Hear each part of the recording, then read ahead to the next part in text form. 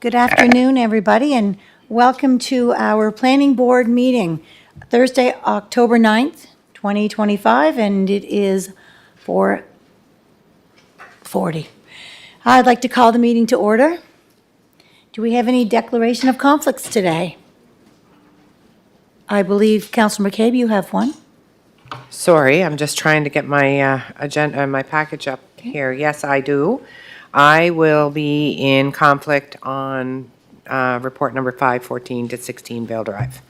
Okay, thank you for that. So we'll just leave it up to you to exit when we get to that one. Before I get an approval of the agenda, I just wanted to, first of all, get an approval for a slight change to the agenda. And we are asking the board if we will take a report on Birchwood School and also the report on, and the major variance on 8890 Sydney Street, and add those two as 1 and 2, as Laurel has other commitments that she needs to leave for. So if we're all good with that, great, okay. So now I'll get an approval of the agenda with those amendments. Moved by Councillor McCabe, seconded by Paul. All those in favor? Sen, are you in favor of that slight change to the agenda? In favor, Madam Chair. Great, thank you very much. Okay, so can I have an adoption of the minutes from our September 2nd meeting? Moved by Lee, seconded by Councillor Beck, and all those in favor? Great, thank you for that. Any business arising from those minutes? Seeing none. Okay, we can move right on to our agenda. And by the way, welcome all you folks that are here today as well. So we'll move on to report number 1 with Laurel, and that would be the 8890 Sydney Street report, major variance. So over to you, Laurel. Thank you, Madam Chair, members of Planning Board, ladies and gentlemen of the public. Melissa, would you mind pulling up that application?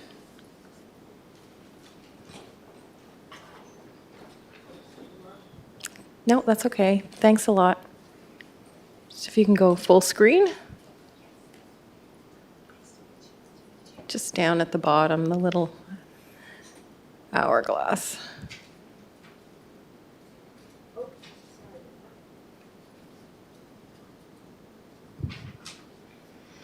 Oh, just over to the side.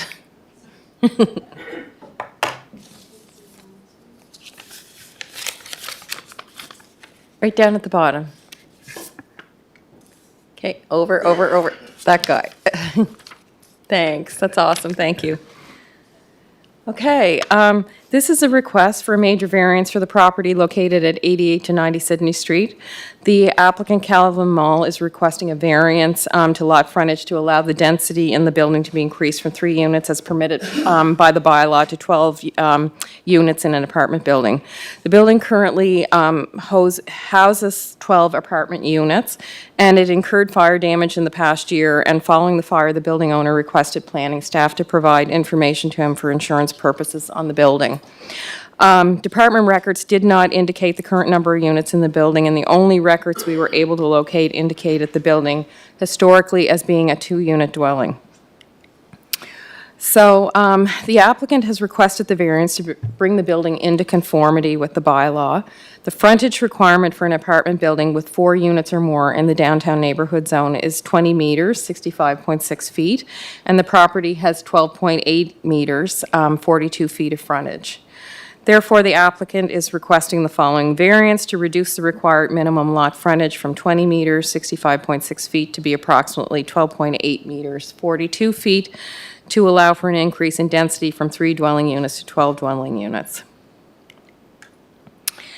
The subject property is located in the downtown neighborhood zone in the 500 lot area within close walking distance to the downtown core. It's located on the portion of Sydney Street bounded by Queen and Pownell Streets.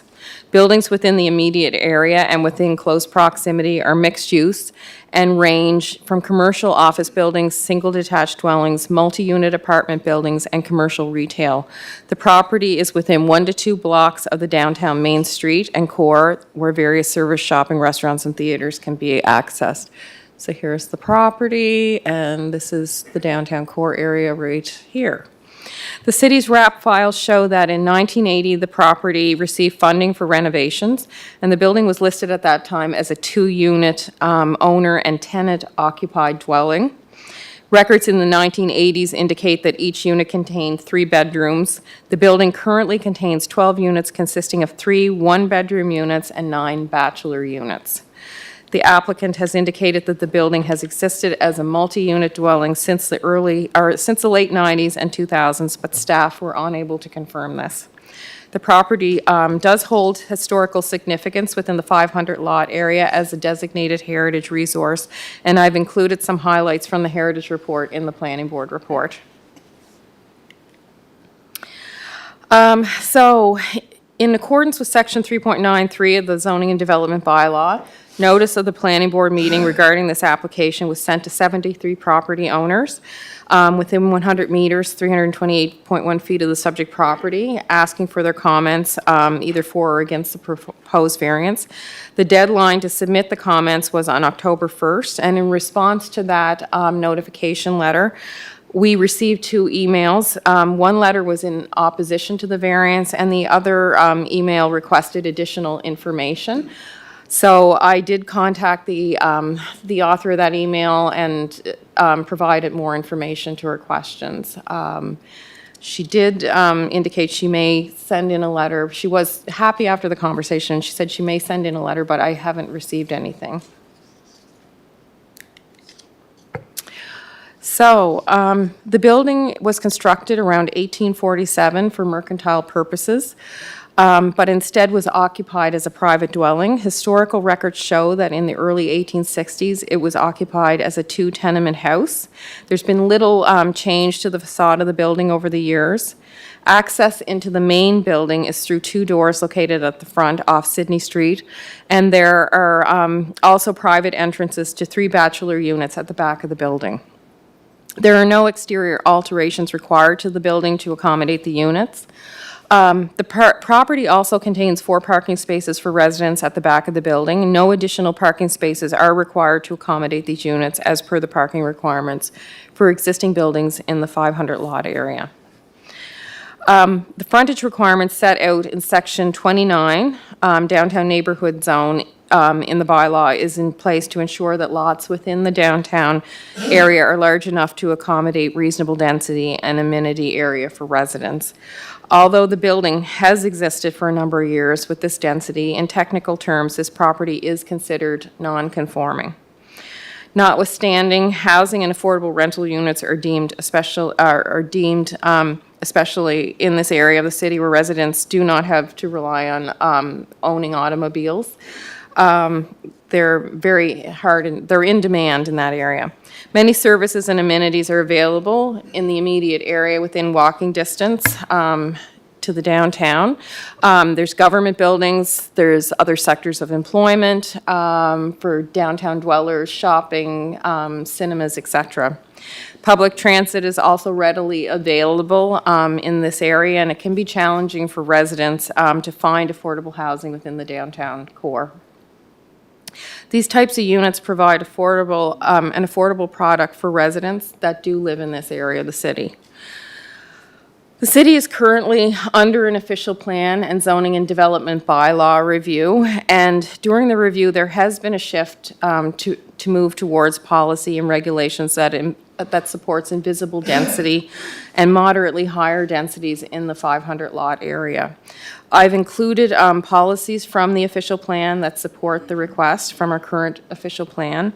And this slide also shows a quick summary of the application's positive and neutral attributes and shortcomings. So, given the policy set out in the current official plan and the draft official plan and zoning bylaw, there are many aspects of this application that hold merit. The building has contained this density for a number of years, and it doesn't seem to have caused any land use conflicts within the neighborhood. Also, we should consider that Section 6.21, undersized lots of the zoning and development bylaw, talks about a property owner being able to make reasonable use of their property. Although this building has existed for many years, we could argue that you could argue whether this would be considered reasonable use of a property. But if the variance is approved, the property owner would be required to obtain a building and development permit, and they would also have to meet National Building Code and Fire Code. So the building would be brought up to standards and made safe. So with that, staff's recommendation is to approve the major variance, and we're supporting it for various reasons, and that we feel it holds merit. If there's any questions, I'm happy to answer them, and the applicant is also here, Calvin Moe. Thank you very much for that. Fun fact, I actually owned this building until 1992, and that's when it was a duplex. And I used to say, I was married to my first husband at the time, and we lived on number 90 side, and I used to always say, this should be so many units, because it's massive. So it obviously happened after 92, because when we were there, it was 2. So I think that's great. Kind of just a little trip down memory lane, if I will. Anyways, if anyone that's has great any- info to have. Well, I know, right? I'm not in conflict. I have no conflict in this, anyways. Anyone have any questions for either the applicant who's here or for Laurel? If we don't, we can put the resolution on the floor to accept staff's recommendation, and then we can speak to the resolution if you want, if somebody wants to. Okay, moved by Lee and seconded by Paul. So the resolution is on the floor to accept staff's recommendation. Any questions on the resolution? Seeing none, all those sorry, Councillor Beck. you No, go I just ahead. wanted, I like to hear from I like to give resident members an opportunity to speak first. If I have something after, but I'd like, Nobody had their lights on, that's why I went to you, okay, okay? good, all right. I don't have a problem with the application. I do have a concern though, and it goes on page 58 when we look back and the building was listed as a 2-unit owner there was no record. So somewhere along the line, between 1980 and the time you owned it and the time that Calvin owns it, it went to 12 units, but there's been no record of that. We've seen this with another property that we've dealt with recently, or that is going to be coming to us recently, where a change was made to the building, not so much on the exterior, but the interior usage, and we were unaware of it. So this is 2 within the last month that we're coming aware of that. And I guess I'm wondering, how did building permits get issued in order for these changes to take place? And I guess, secondly, how can we prevent that from happening again so that we don't fall, because these are two instances in a very short time frame now where we were unaware that even the changes had been made on the inside of the building. So I guess I'm wondering how that happens and how can we prevent that from happening again? So I can take a stab at this first, and then I can hand it over to Laurel to follow up on that. The issue is that getting permits for interior work is something, the responsibility of the owner of the building. And what happens sometimes in some of these older buildings, those types of renovations happen without really any, without any permits. So therefore, nobody is aware of it.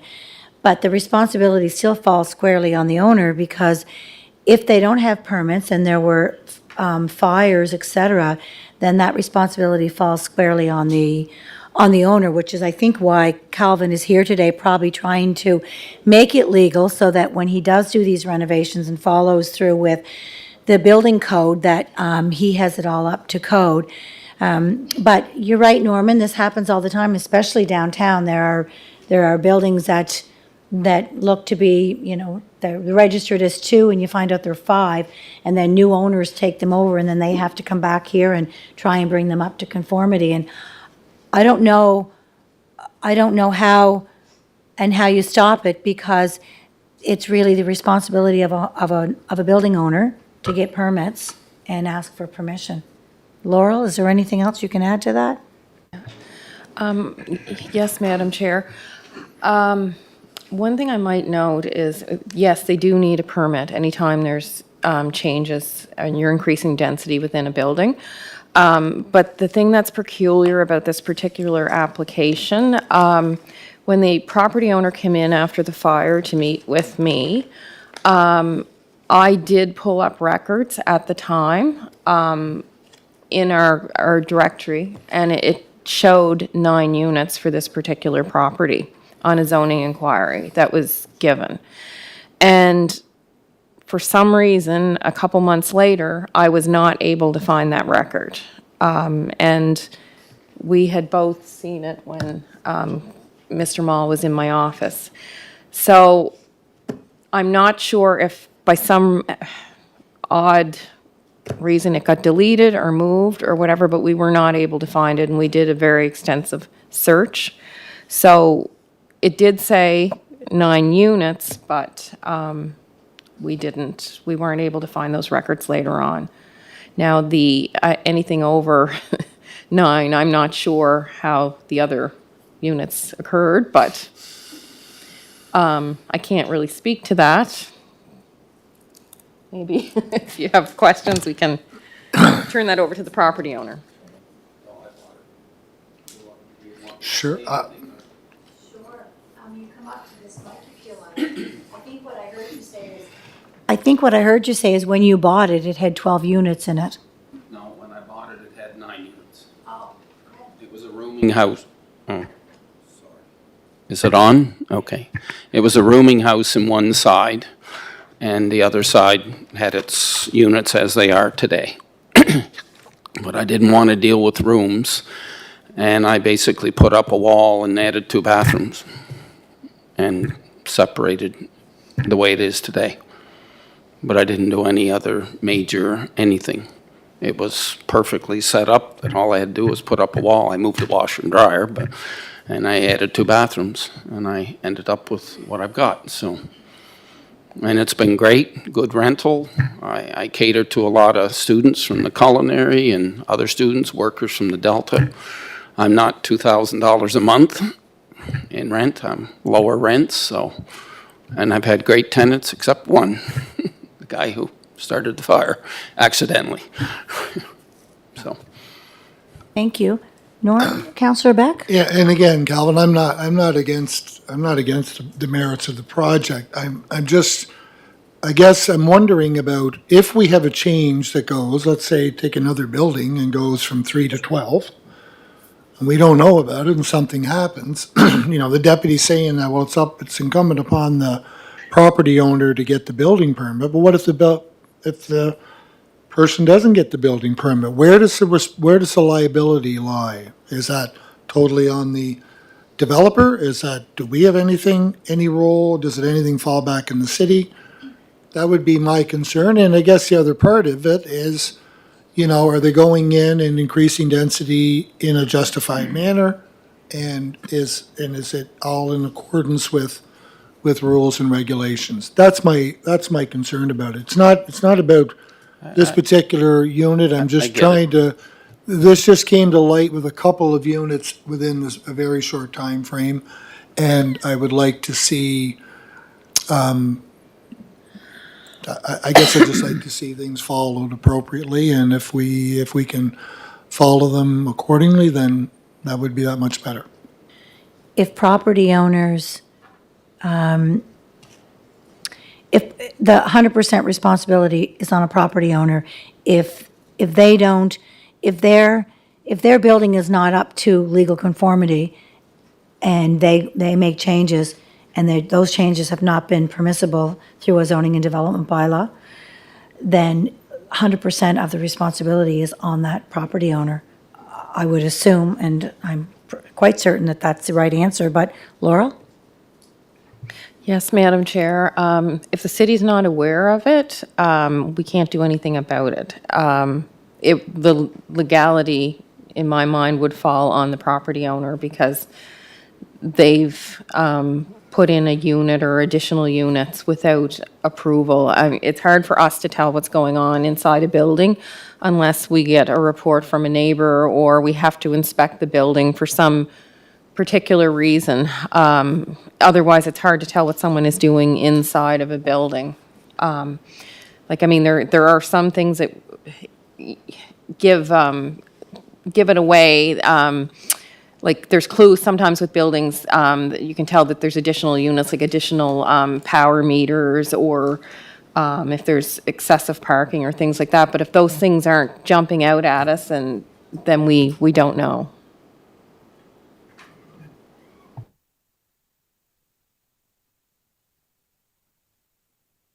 If there's no more questions, all those in favor? Sen? In favor, Madam Chair. Okay, so we'll move this on to council for their final decision. So thank you, and thanks for coming in, Calvin. Moving on to our next agenda item, it will be Laurel again, and it will be the Birchwood School rezoning. And over to you, Laurel.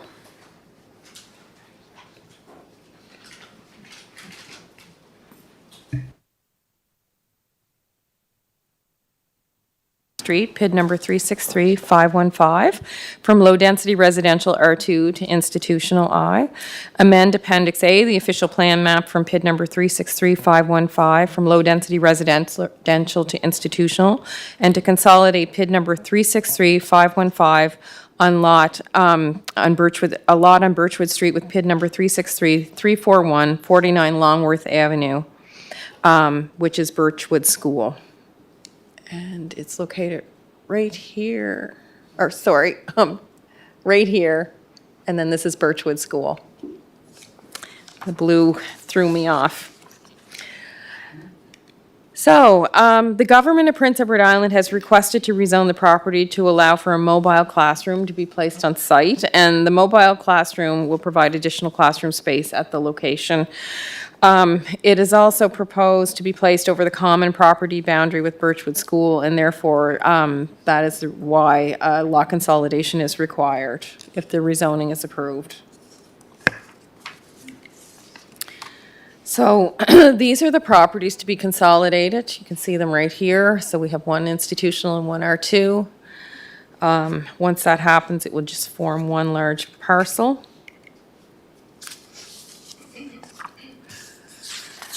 And the property is bounded to the north by low-density residential housing consisting of R2 zone lands, right here. To the east by institutional zone lands occupied by a local cemetery, and R3 zone lands occupied by multi-unit housing. So the cemetery is here and the housing is right here.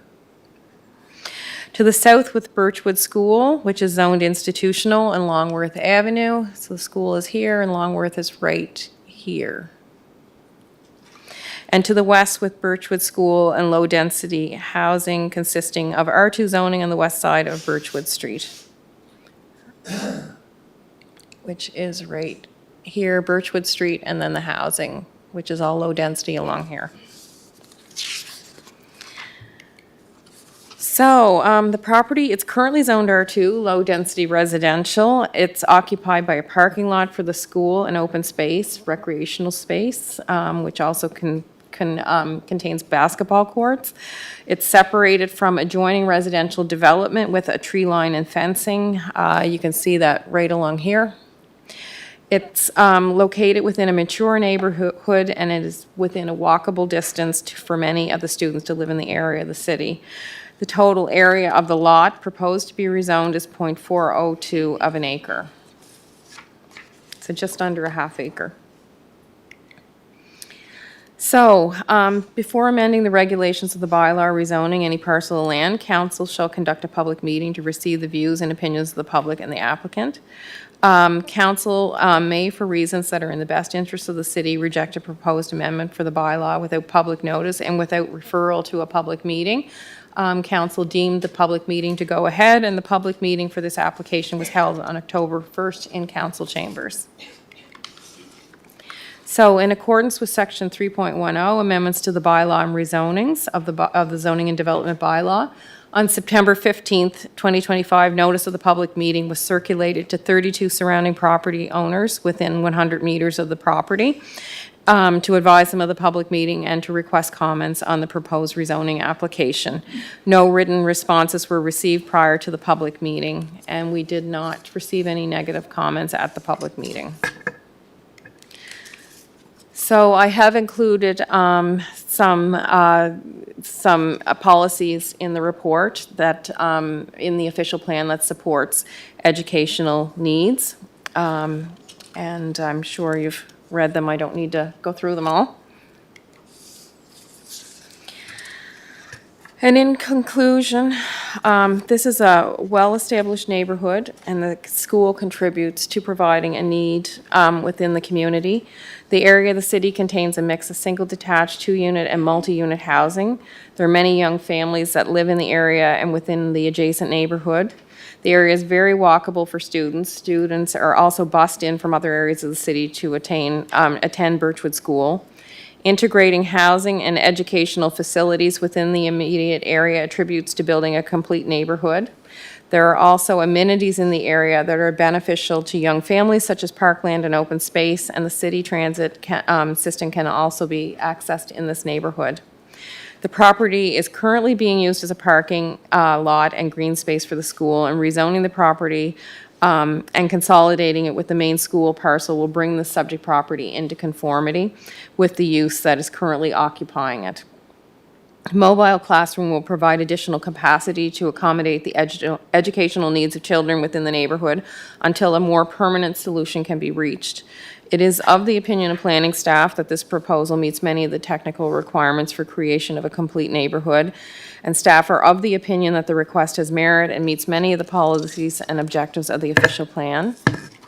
So planning staff recommendation is to support the application to rezone the property and to amend the future land use map and to consolidate PID number 363515 with PID number 363341. And if there's any questions, I'm happy to answer them. Thank you for that. Oh, moved by Councillor Beck. I was going to second that. Okay, seconded by Councillor McCabe. So the resolution is on the floor. Staff are recommending that we support this application to move on to council. Any questions? Okay, seeing none, all those in favor? Sen? In favor, Madam Chair. Okay, thank you for that, and we will move that on to council. Thank you, Laurel. Okay, moving on to our next application. It is 53 Lewis Point Road, and I believe that Manager David Gundrum will be pinch hitting for Stephanie as she is unable to attend the meeting this evening. So over to you, David. Okay, thank you, Chair Yankoff. And, oh, there we go. Following is a request for major variance for property addressed as 53 Lewis Point Road, PID 568832. This is a request to allow for a projection into the west flankage yard by 3.51 meters or 11.5 feet to accommodate a proposed addition, as it does not meet the minimum setback requirement of 6 meters for the prevailing zoning. Just some context for the site. Subject property is located on a corner lot within the single detached residential R1L zone, contains a single detached dwelling. Surrounding properties also consist of R1L zones containing primarily single family or single detached dwellings, as shown on the map here. Next slide is the site plan for the proposed development. As seen on the proposed site plan, the addition will project into the flankage yard to the west and will also result in a change in the location of the access driveway, which will be moved from Lewis Point Road to the north here, where it's currently located, and be located to the west here onto Advana Avenue. In terms of our legislative requirements, in accordance with Section 3.9 of the Zoning and Development Bylaw, on September 8th, notice of the planning board meeting was circulated to 30 surrounding property owners within 100 meters, 328.1 feet of the subject property, to request written comments on the proposed variance. To date, one response in support of the proposal was received. Just an evaluation of our planning analysis. Some positive points are that adequate green space will continue to be available on the subject property, and that the proposal will not impede privacy or cause shadowing onto adjacent properties.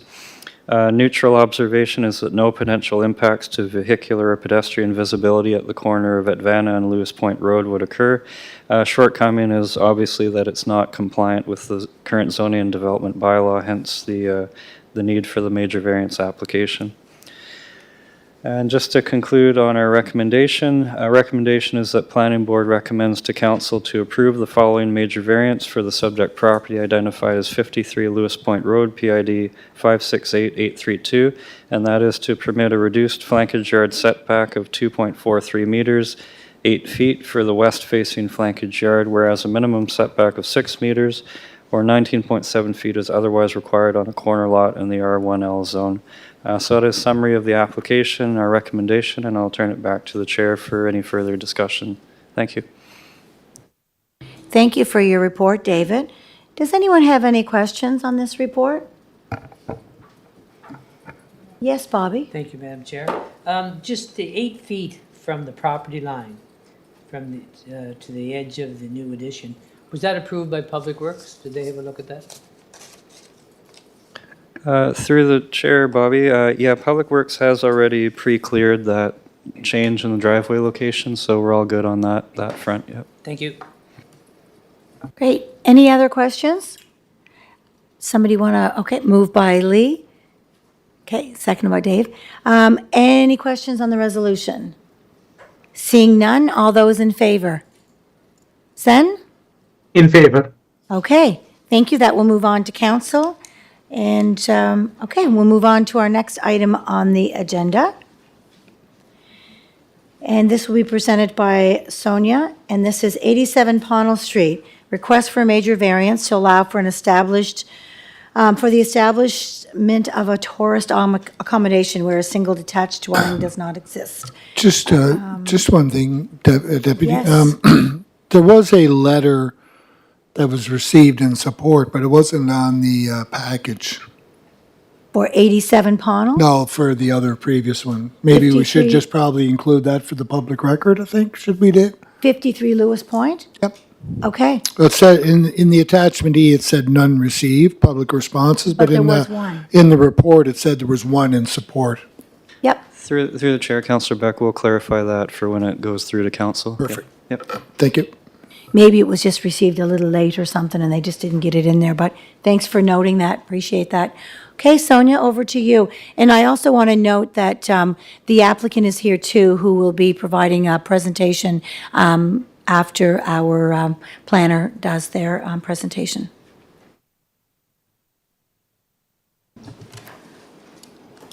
Good afternoon, Madam Chair and respected members of the board. This is a major variance request for tourist accommodation within an office building that does not contain a dwelling unit. The property is located on a corner lot in the downtown mixed-use neighborhood, DMUN zone of the 500 lot area.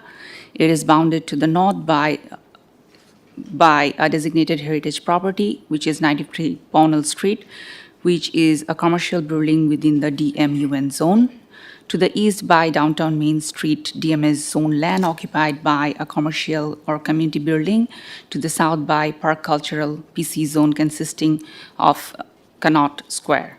To the west by properties within DMUN and DN zones containing a mix of uses.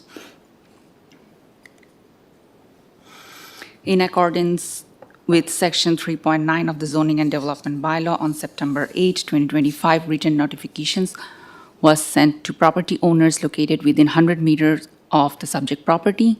A total of 70 letters were sent to residents advising them of the application, to solicit comments and feedbacks, 2 responses opposing the proposal were received prior to 4 p.m. on September 22, 2025. 1 letter of opposition arrived after the deadline. These are the proposed floor plans. The highlighted parts are the proposed tourist accommodation.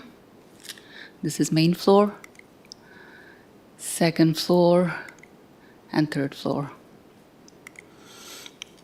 Section 5.11 of the Zoning and Development Bylaw outlines requirements for tourist accommodation on residential properties, and according to Section 5.11.1, tourist accommodations are classified as either a heritage inn, hostel, or tourist home. According to Section 5.11.3G, a tourist home is permitted in any residential zone in any type of dwelling unit except an apartment dwelling and must be principal or primary residence of the operator or host.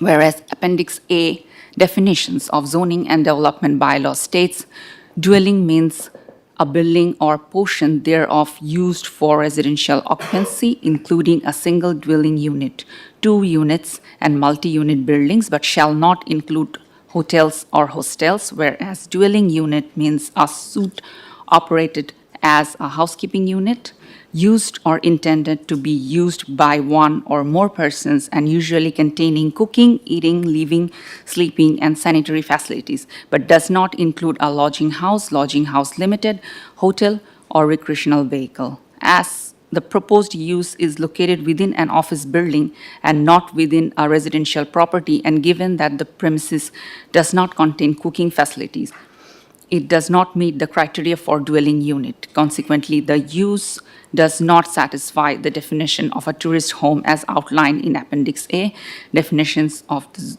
Zoning and Development Bylaw, as tourist home means temporary accommodations for travelers or transients within a principal residence of the operator or host that is not a company or corporation for the exclusive use of one guest and their party of guests, such as short-term rental lodging, but a heritage inn, hostel, hotel, and motel are separate uses and separately defined. As the subject property does not have a heritage designation, it does not fall under the definition of heritage inn, whereas Appendix A definitions of Zoning and Development Bylaw states heritage inn means a heritage place that is a single property or structure registered by the minister under the Heritage Places Protection Act, RSPEI 1988 CAPH 3.1, or identified as a heritage building, including a heritage resource by a bylaw of an authority having jurisdiction. Whereas hostel means a supervised lodging establishment for travelers, and lodging home limited means a building that supplies lodging and may provide meals for compensation to board between 5 up to a maximum of 8 persons by way of providing lodging rooms, which is not open to public but does not include a group home limited, transitional housing facility, or tourist accommodation. The proposed use of the office building does not conform to the definitions established for tourist accommodation, including heritage inn, hostel, or tourist home, as outlined in the Zoning and Development Bylaw. Furthermore, the proposed use does not constitute dwelling units under the Appendix A definitions of the Zoning and Development Bylaw. As such, proposed use does not comply with any definition of the Zoning and Development Bylaw and does not meet the criteria required to be considered as tourist accommodation. Administration received letters of opposition citing concerns including illegal encroachment to the neighboring property of 93 Ponnell Street, late-night activity and disturbance due to high turnover in tourist accommodation, parking and road capacity strains due to increased vehicle traffic. Frequent guest turnover reduces neighborhood safety and accountability. More tourist accommodations risk disrupting the residential-commercial balance. Transient occupancy may lower property desirability and value. City approves too many variances, undermining the purpose of the prevailing rules and regulations. As the proposed use does not meet any of the related definitions or conditions for a tourist accommodation as outlined in Section 5.11 and Appendix A of the Zoning and Development Bylaw, and therefore does not meet the intent of the current zoning and development bylaw, it cannot be supported as this stage by planning staff. However, this proposed use is otherwise expected to have minimal impact on surrounding land uses, and residential use is also permitted within DMUN zone. On the basis of lack of conformity to the intent of the zoning and development bylaw, planning staff are unable to recommend approval or support for the application. So the Planning and Heritage Department encourages Planning Board to recommend to Council that the following major variance for the subject property addressed as 87 Ponnell Street, PID 339978 be denied, is to allow for tourist accommodation within an office building that does not contain a dwelling unit. Thank you. Thanks, Sonia. I'm just going to ask the board, before I open it to questions, would it be the board's wishes for me to have the applicant first present? Would that be okay with everybody? Great. Okay. Melody, if you want to come up to that mic right there and just pop it on. This is the applicant, Melody Dover from Fresh Media. I'll be as brief as I can, but I just want to make sure I can provide some clarity. And thank you, Sonia, for your work on this. First of all, thank you for the opportunity to speak. I very much appreciate it. It's my first time in this room, so thank you. A little background on the building. It actually predates Confederation and was previously owned by the Kays family as their residence as well as their community store. And prior to their ownership, it had been an inn, as well as a tavern, a general store, and a home to a previous Charlottetown mayor, which is on this wall. It was never designated a heritage property with the previous owner, and we've carried on their wishes based on the family that we purchased the property from. It was purchased in 2009, and the business has resided in the property since 2010. In reference to the business, that is my business, Fresh Media. When purchased, it was originally designated as a mixed-use property. In 2011, I was advised by the city to switch to commercial property. Since that time, we have paid commercial property taxes, and it has housed our business, Fresh Media, along with 2 other business tenants. But all of that changed in 2020. In the time of COVID, these tenants moved out, and we were left with a vacant space within the property. Being an entrepreneur, we look for the opportunities within the obstacles and not the challenge. We're outside-the-box thinkers and have been deemed an anomaly in the past, such as when we launched the very successful PEI Burger Love brand. We had been told by people that others would not travel for burgers, yet 15 years later, this brand we created has generated an unprecedented economic impact for our province and helped countless other small businesses. That kind of perspective is what led us to this new business concept and brand to be housed within our property where our former tenants existed. We have followed the guidance from city officials to direct us to a variance request, of which we're here to discuss today. The variance request is to allow for Fresh Media's new brand vision and business called Lovewell, a service-centered business for couples wellness. It is not simply accommodations. These are curated environments specific to inspire couples to connect, with choreographed music, books, entertainment, for couples to remember why they actually like each other and hopefully love each other. It has been scientifically proven that through shared discoveries, travels, and new experiences, couples strengthen their relationship. What we're wanting to use the existing space for isn't simply a tourism brand, it is a couples wellness brand focused on providing curated experiences, itineraries, and spaces for couples to not only create new memories, but to positively increase their health physically, mentally, emotionally, and spiritually, along with exploring our wonderful city.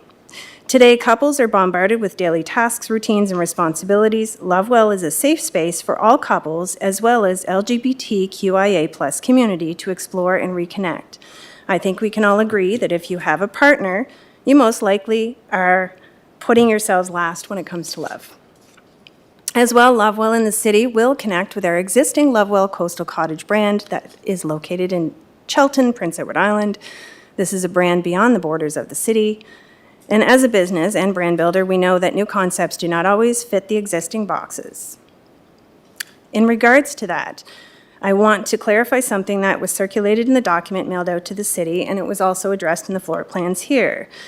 These floor plans were provided by us as requested, but there were additional notes added to each of the 3 pages stating proposed tourist accommodation, which is not entirely accurate as it does not apply to the entire building, but only a portion. part of the first floor, as well as a small section of the second floor, totaling 1,146 square feet of the entire 3,900 square foot footage of the building. I feel that adds some clarity to the overall use, as the information circulated with the letter would imply the entire building use would change, which is not the case. The two suites that we have in mind have their own entrances on the ground floor, and we would then continue to operate our Fresh Media business within the building. As well, I would like to address the points made in the letters. The encroachment note is in regards to a fire escape on the third floor of the building, which was installed in 2009 and approved by the fire marshal. In regards to parking, there are 4 parking spaces in front of the property that existed prior to our ownership. The foot traffic would actually be much less than commercial tenants, as there would only be 2 couples, 4 extra people on the premises. As well, it would be a multiple day occupancy, not a nightly turnover, so the traffic would indeed be limited. This process started 7 months ago when a city staff informed me that we needed a license from the city. We applied, and then we were told we did not fit as we were not a residential property, of which I had made note from the beginning that we are commercial. Since that time, I've met with other city officials to navigate this path and was directed to apply for a variance as per the document you have today. We were guided through this process as we were told that an inn designation would be best suited for this new business service within our building. We are an anomaly in this process, but I'm asking the planning board to consider our application as a positive, as we are not removing any lodging from the residential sector. We are simply repurposing existing space. As well, it was pointed out to me from city members that there are 2 other properties that are commercial but also have suites that the city had approved. I feel that this has set a precedent in which we should be viewed respectfully in the same manner. We are a business asking for approval to have a second business service within our city property. As a Charlottetown business owner for the past 22 years and choosing to put down roots in the city, I hope you'll consider the variance request as something that could be a benefit to couples as well as the city and other businesses in the downtown core. If you would like to learn more, I encourage you to visit our website for Lovewell, which is lovewelle.ca, where you can see more information specific to the suites and what the Lovewell brand represents. Thank you very much. Thank you for that. I'll open that up now to board for questions for either from our planning staff or from the applicant. Councillor McCabe. I think it's neat. I think it's like you're progressive and you're getting out, and I think it's unfortunate that you don't fit into any specific component of our bylaw, and I'm going to struggle not being able to support this opportunity. I did look at your website, and I think it's really neat. You're paying commercial taxes, you're set up, you're going to be, up to code. I'm not going to be able to agree with staff on this one. And Madam Chair? Yes, Sen. Yes, Madam Chair, I just have a quick question to the planning staff. What if this application is, let's say, for a hotel? Because, hotel could easily have a commercial space, office space, and this is, not just in Charlottetown, but accordingly, in general planning practices, we can have retail spaces, which could include office spaces and accommodations on the top. Does it kind of work in this situation? Because this is a commercial establishment, not a residential. Thanks, Sen, for that question. I do know that my understanding of this application, and to quote the applicant, it's definitely an anomaly. It doesn't fit into any of our permitted uses. And so it's hard for the planning staff to offer relief from something that doesn't exist, because normally a variance is asking for relief from an existing something. And so I think your question, Sen, is very valid, as was Councillor McCabe's comment on this. This is definitely an anomaly. And Sonia, do you have anything that you can offer to Sen on, why hotels can have commercial, but commercials can't have hotels, I guess, so to speak? Even though this is not a hotel. She's very clear, this is a brand. Okay. Thank you, Madam Chair. The definition of hotel requires two major amenities, which is a conference room and a dining room. And also in DMUN zone, hotel is not permitted.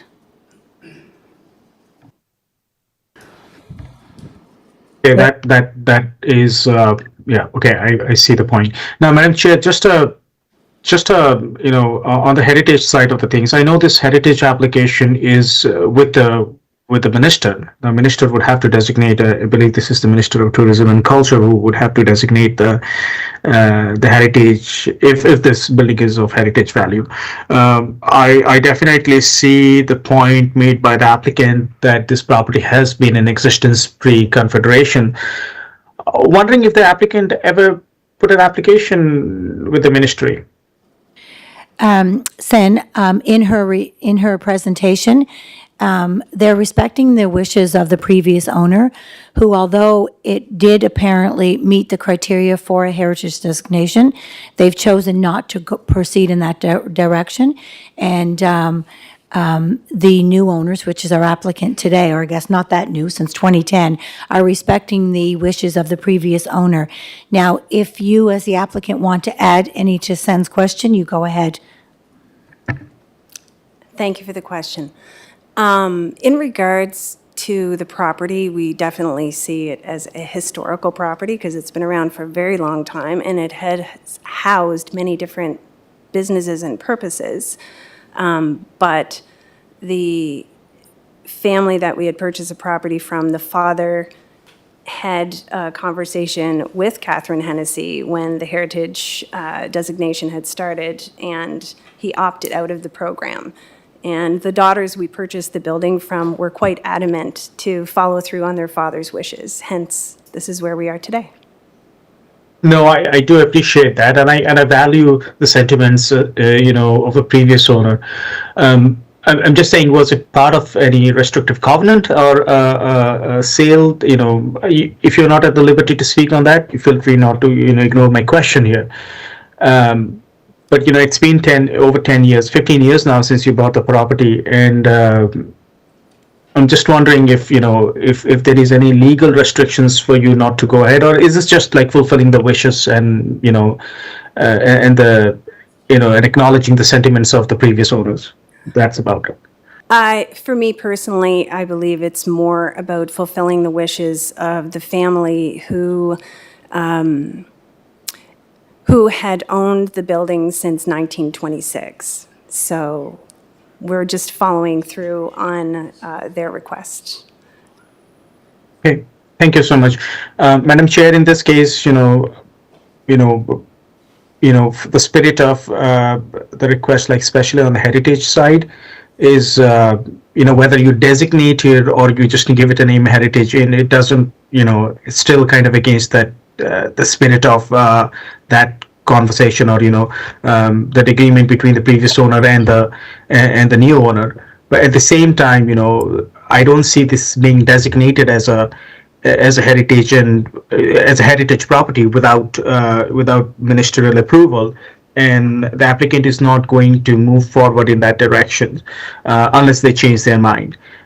In the absence of that, it's hard to ignore the recommendations made by the planning staff at this point of time. And that's just my 2 cents on the heritage side of the things. But I am still kind of struggling because it's a fantastic location, a property, and I do believe in the applications, that there could be accommodations and the progressive value it brings. I'm just struggling with the other aspect of it. So, that's my 2 cents, but I'm going to probably make a decision soon. Thank you. Thanks for that. And we'd probably note, too, that there's no issue with the zoning for what they want to do there. And I think it was mentioned in the report that I don't think the planners think that there will be any harm or impact to the area. They don't feel that there's any negative impact. So, it's an anomaly. We've got an area that it won't be impacted. You're not taking anything out of the housing stock.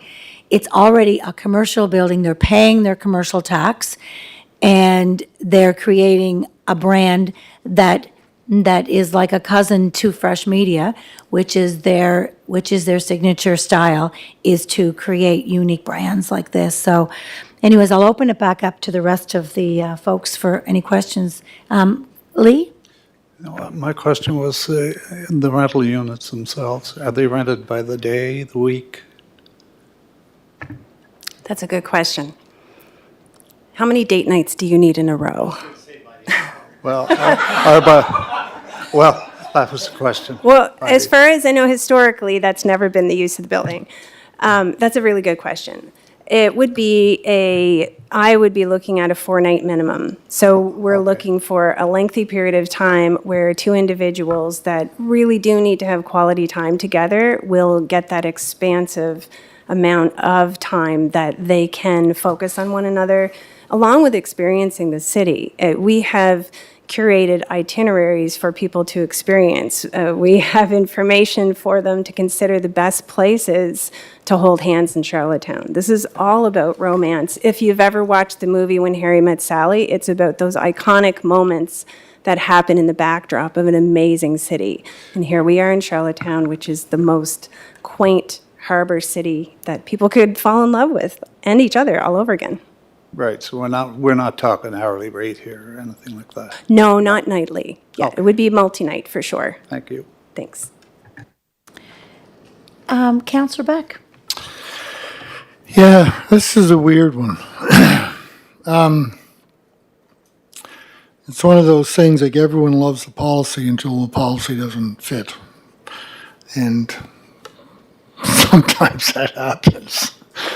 But ultimately, we all have to make a decision. The planning staff has to make a decision, and we have to ultimately make a decision based on it. And I think this is one of those ones that I don't know if any of us are ever going to feel that we're making 100% right decision or wrong decision. I really don't know. I'm only speaking for me, but I do have a question just about, I guess two questions, kind of going back to what Lee was asking.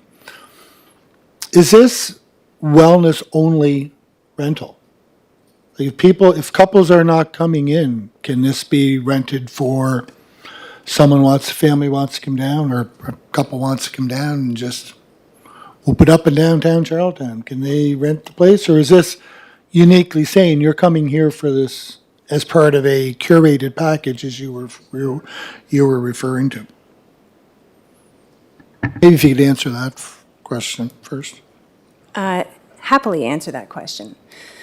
So we have friends in the Netherlands that actually are couples counselors, and they've given us really great guidance on this as well. So if you were going to book an overnighted an accommodation, you're really just looking for a temporary space. If you're looking to book a quality amount of time to be able to spend with one another, it's not just a one-nighter. It's something where you're looking for a unique experience. And in this day and age where everyone is so occupied by the rectangle in their pocket and they're not getting that focused time with one another, we believe we have something really special that can actually accommodate an environment that allows people to have that reconnection with one another. And everything, if you go to lovewell.ca, you will see exactly how we word the information. There's a particular target audience that we're looking for with this particular brand. We're looking for people that are wanting that quality time with one another. We're looking for people that are looking for a bit of an adventure and memories that they can make together, whether that is celebrating something special with one another, like a baby moon before the baby arrives, or a honeymoon, or an engagement, or a marriage, or it could be just realizing that, you know what, we really deserve time with one another, and this is going to be something that's really going to help our relationship. And that's how we see it. Thank you for that. Do you have a follow-up? Yeah, just want to thank you for that, Melanie. On the third floor, I see that, I think there was 4 units, but there's 2 on the ground floor. And the parking spaces, those are over in Ponnell Street, right? Those are the ones out front of the building currently? Correct. Yes, right in front So of the the building. suites would be right there at ground level. correct. And that's office space in behind, or is it an Yes. outdoor deck? So on the ground floor, there is storage space at the back of the building. Yeah, And on the second floor, the majority of the space is occupied by our business, and the third floor is completely occupied by our business. okay, So so, as I noted, the proposed tourist accommodation line that was referenced on the page that had the third floor was a little misleading because that part of the building is not going to accommodate that. okay, so there's only three rental units and within the whole building? There is the space that we occupy, and then we're looking at just two particular suites at this point. So to clarify, she has Fresh Media taking up, I think, The majority of the building. The majority of the building, and then there's two small suites, are what she's here for today, or the two, like, the Fresh Media takes up most of the space of that building. But I'm seeing Suite 1 and Suite 2 on the main floor. Then on the second floor, I'm seeing Suite 2. Yeah, it's not, So one is a little bit larger because there is a second level. Oh, sorry, okay, Yeah, thank that's you. okay. Thank you, okay, thank you.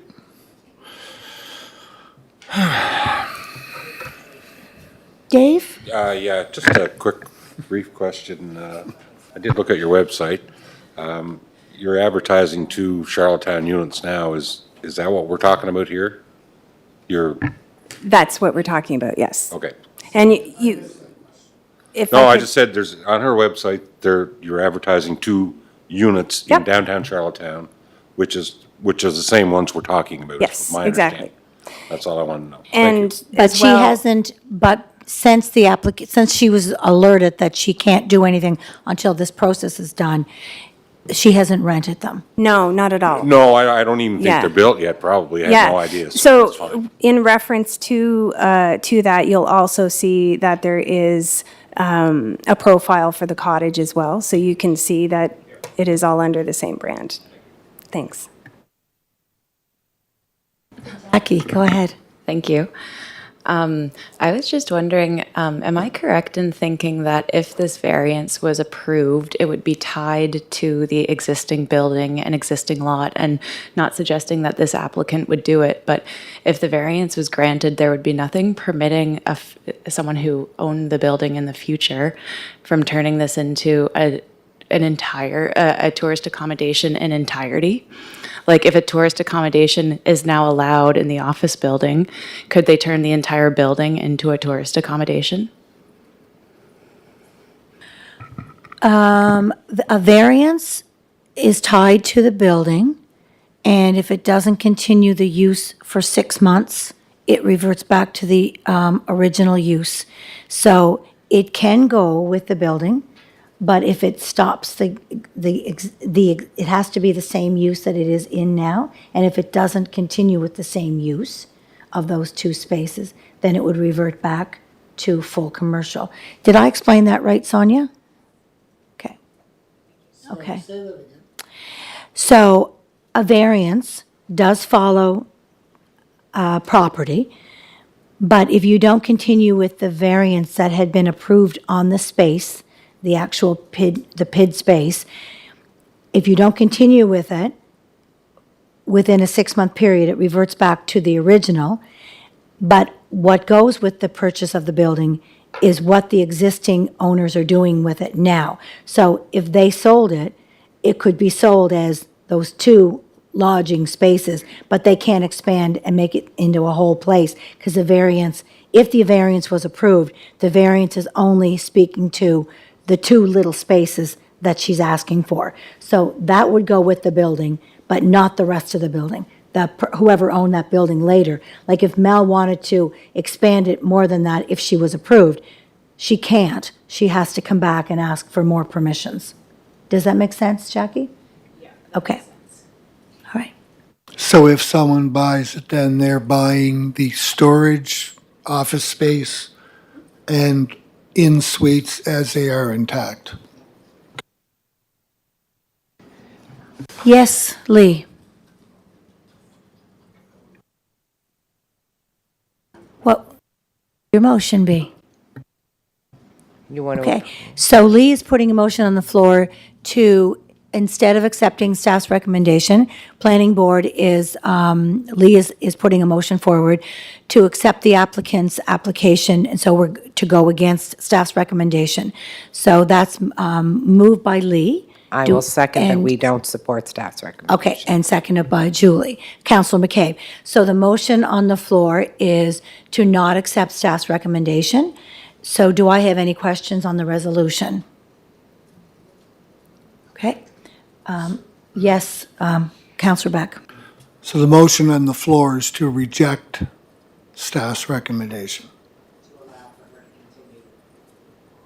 So if planning board rejects staff's recommendation, then it moves on to council, and council will see in the report that staff's recommendation was to not support the applicant, but planning board's decision was to support the applicant, and at the end of the day, council will make that final decision, but council will be well aware of what has happened here in terms of the report. So yes, so the resolution on the floor is to not accept staff's recommendation. So I'll call the question. All those in favor of not supporting staff's recommendation? So we have Councillor McKay, Paul, Lee, Sen? Opposed, Madam Chair. Oh, okay, so we have just three, so we just have the three that are not, that are in favor of this recommendation. Okay, so those against this resolution that's been put on the floor, which is an amendment to the planning staff, which would be, the question is to not accept staff's recommendation. So those in favor of this resolution. Those against this resolution, sorry. Oh, my gosh. So those against this resolution, we have three in favor of it, and so I assume the rest are against this resolution. Sen? I'm opposed to the resolution. Okay, 5. So we have 5 opposed and 3 in favor. So we will move back to staff's recommendation, which is to not support this application. Does somebody want to move that onto the floor? Well, we still have to vote. Yep. So does somebody want to put a motion on the floor? So moved. Okay, so moved by Bobby, seconded by Councillor Beck, to accept staff's recommendation to reject the application. So all those in favor of rejecting the application? 1, 2, 3, 4, and Sen? In favor. 5. And those opposed? And we have the same 3. Okay, all right. So, so just for clarity, this now will move on to council, and council will make the final decision at the next monthly meeting of council on, well, next Tuesday. Yep. Okay, thank you very much for coming in.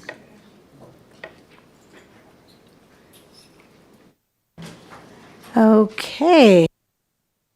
Moving on to our next application. It is 185 Parkwood Crescent. This will be Sonia again, and this is a request for a major variance to allow for an establishment of an appointment-based home occupation hair salon within an existing single detached dwelling. So over to you, Sonia. Thank you, Madam Chair. This is a request to allow for an appointment-based home occupation to accommodate a hair salon and request the council establish the approved number of clients permitted to visit per day and the maximum numbers of business-based visits per week and the required on-site parking for the proposed home occupation. The subject site and surrounding properties to the north, east, and west are all within the R1L and R1S zones of the Zoning and Development Bylaw and contain primarily single detached dwellings. In accordance to Section 3.9 of the Zoning and Development Bylaw, on September 8, 2025, written notification was sent to property owners located within 100 meters of the subject property. A total of 31 letters were sent to residents advising them of the application to solicit comments and feedback. No written responses were received to date. This is the proposed site plan with parking. Applicant mentioned that the maximum number of parking spaces for personal use would be 3.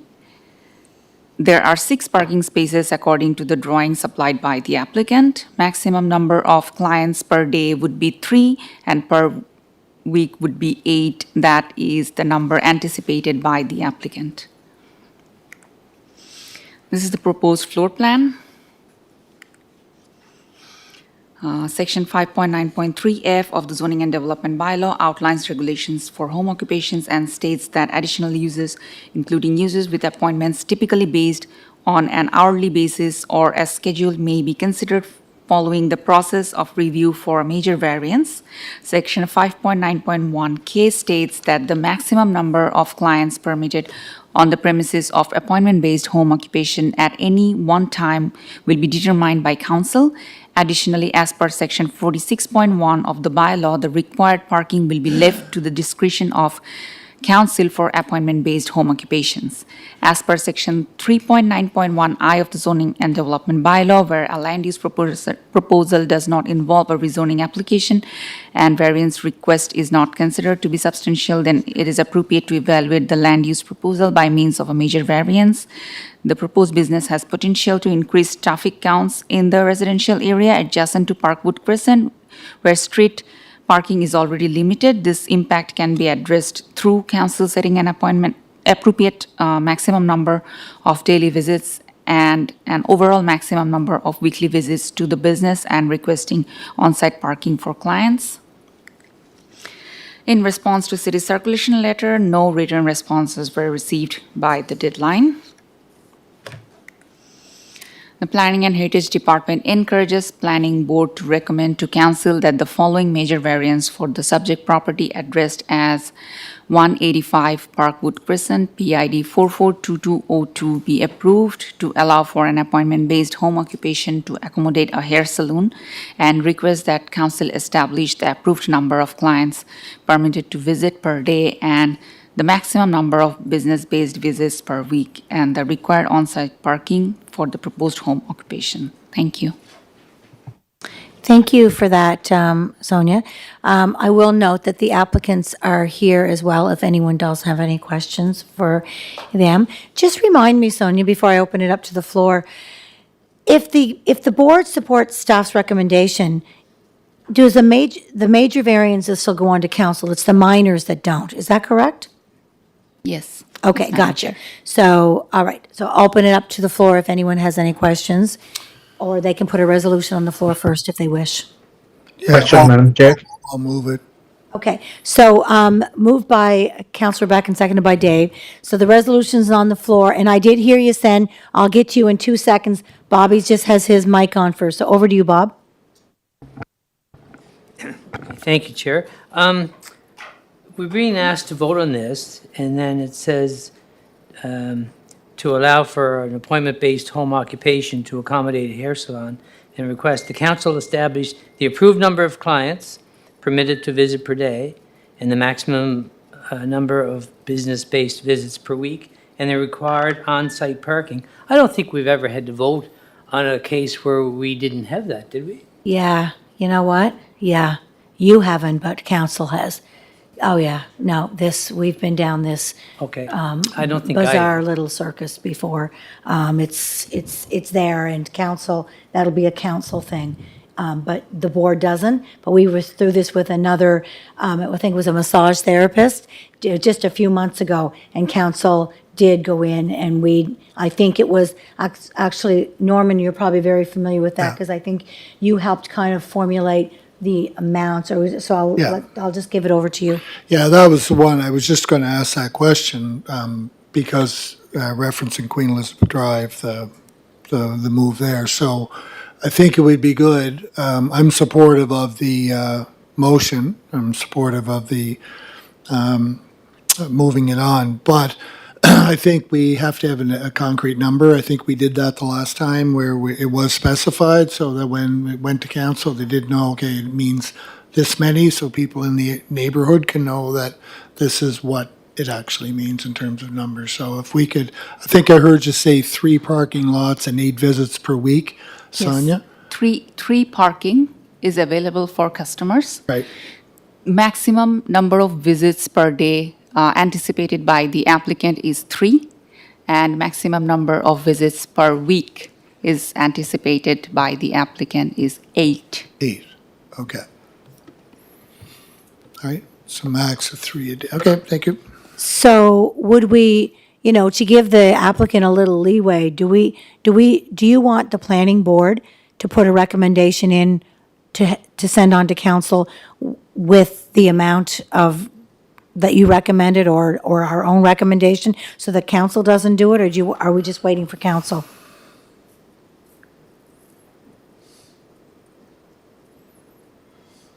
I mean, they can. Okay. So if the applicant is saying no more than 3 a day and no more than 8 a week, I don't know what we did with Queen Elizabeth Drive, but I think what we said was no more than 8 per day, 5 days a week, wasn't it? No, what we did is they prescribed what they were looking for, and we went with that. And we discussed that, we threw that number out, and then we arrived, said that number's workable. There was some kind of, there was questions, I think you may have you may have raised it, Deputy, where you said, do we want to box them in? I think in this particular instance, we're going with a particular request for a particular business on a particular site. Their particular request should be what we're saying, do we agree with that or not? So I think it would be okay, I think it would be prudent to say 3, no more than 3 per day, no more than 8 per week, with 3 parking spaces of the 6 available for customer parking, so that everyone is well aware of it, that this is a request. And then if they wanted to change that at some point in time, they would have to come back and probably do the same thing all over again, I assume, right? So I would be more comfortable going with that, clarity around it, and doing what we did in the other, because I think that answered questions about the previous one. Just my opinion.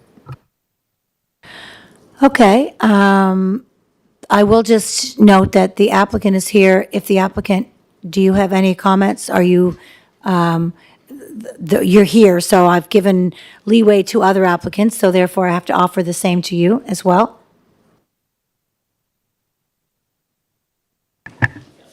Figured it out. It's my wife, by the way. I'm not the hairdresser. But she had to have another appointment. When we started this process, when we discussed about how many people would be coming, obviously it's a new business. And so we are looking at approximately 3 to the maximum of 8. And that would probably be for a year to 2 years before she would build up enough. So if we would have to come back to council to increase that at some point, that's what we would do. It'd just be realistic to say no more than 3 clients a day for right now. And yeah. that means that really she could have 15 a week. I don't think we want, because I'm not going out to count, and I don't know who else will be going, but realistically, if we respectfully say 3 clients a day, then we're good with 3 clients a day. That would definitely work for us, because Yeah. on a given day, we don't know. Sure. So, Yeah, I'd be okay with that. Yeah. Okay, so, so the resolution is to accept staff's recommendation and also to add a caveat in there that would be for council's recommendation to allow for 3 clients per day, 5 days a week. Okay, so. Madam all Chair? those- Yes, then? Oh, sorry. Oh, my gosh. Yes, go ahead. Jeez. No, that's okay, Madam Chair.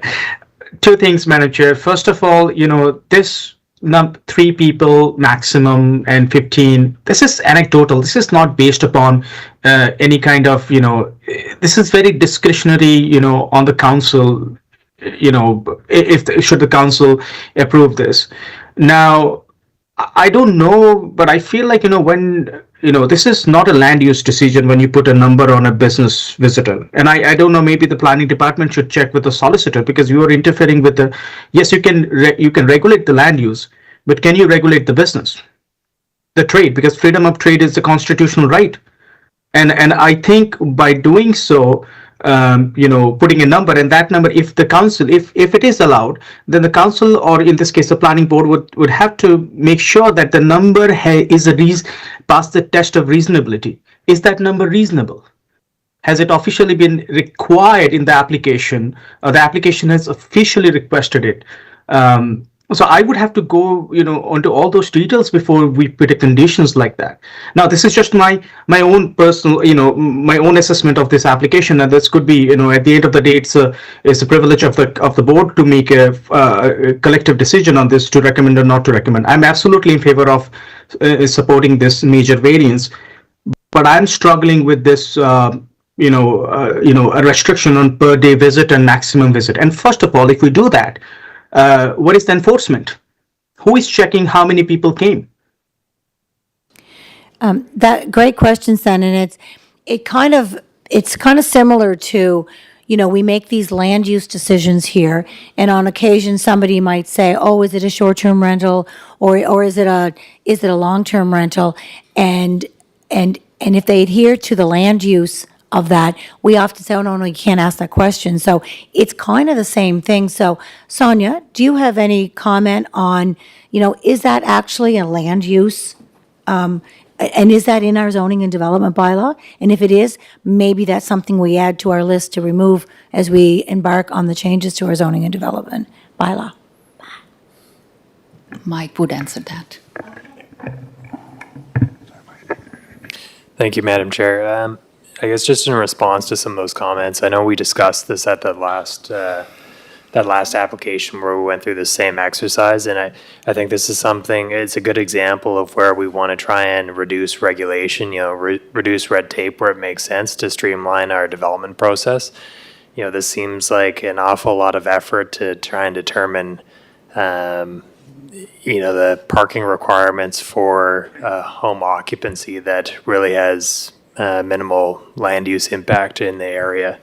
So this is a good example of something that we're looking at with the new zoning and development bylaw, and I think this is something that we want feedback from the public on as we work through that process.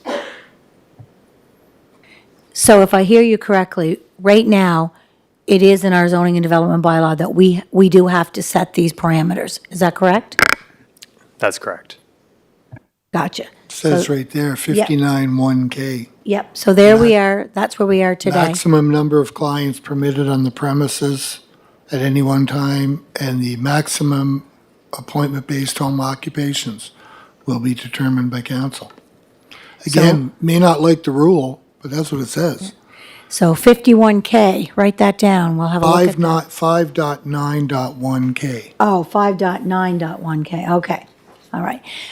Any other questions? If not, let's call the question. All those in favor of supporting staff's recommendation with the hours of operation being Monday to Friday, 3 clients per day?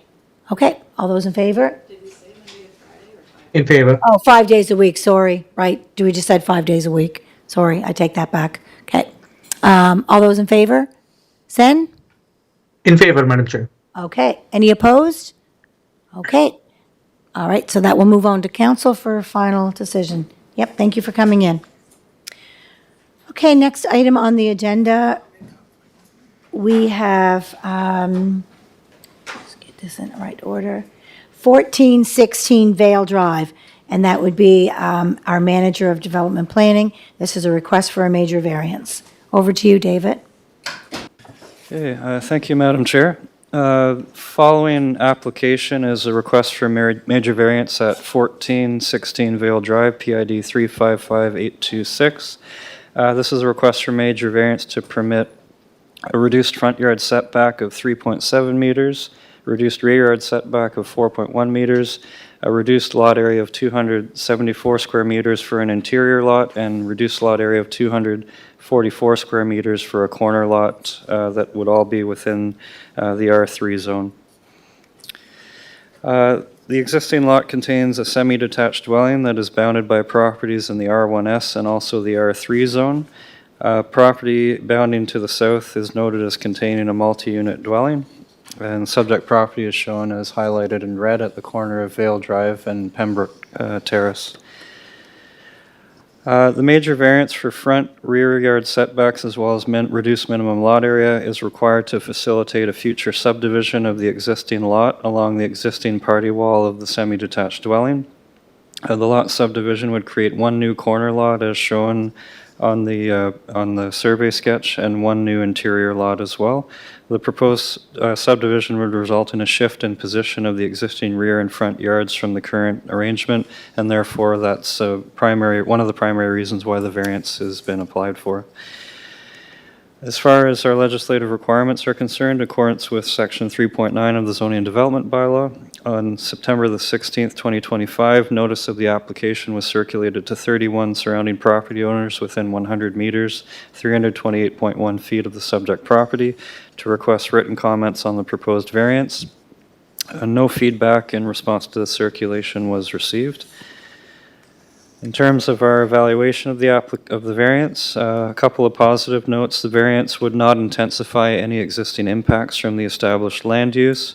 The variances would allow for new tenure and increase available housing supply for ownership purposes. Neutral comment is that a building and development permit may be required to confirm that physical separations among the units would meet current building code.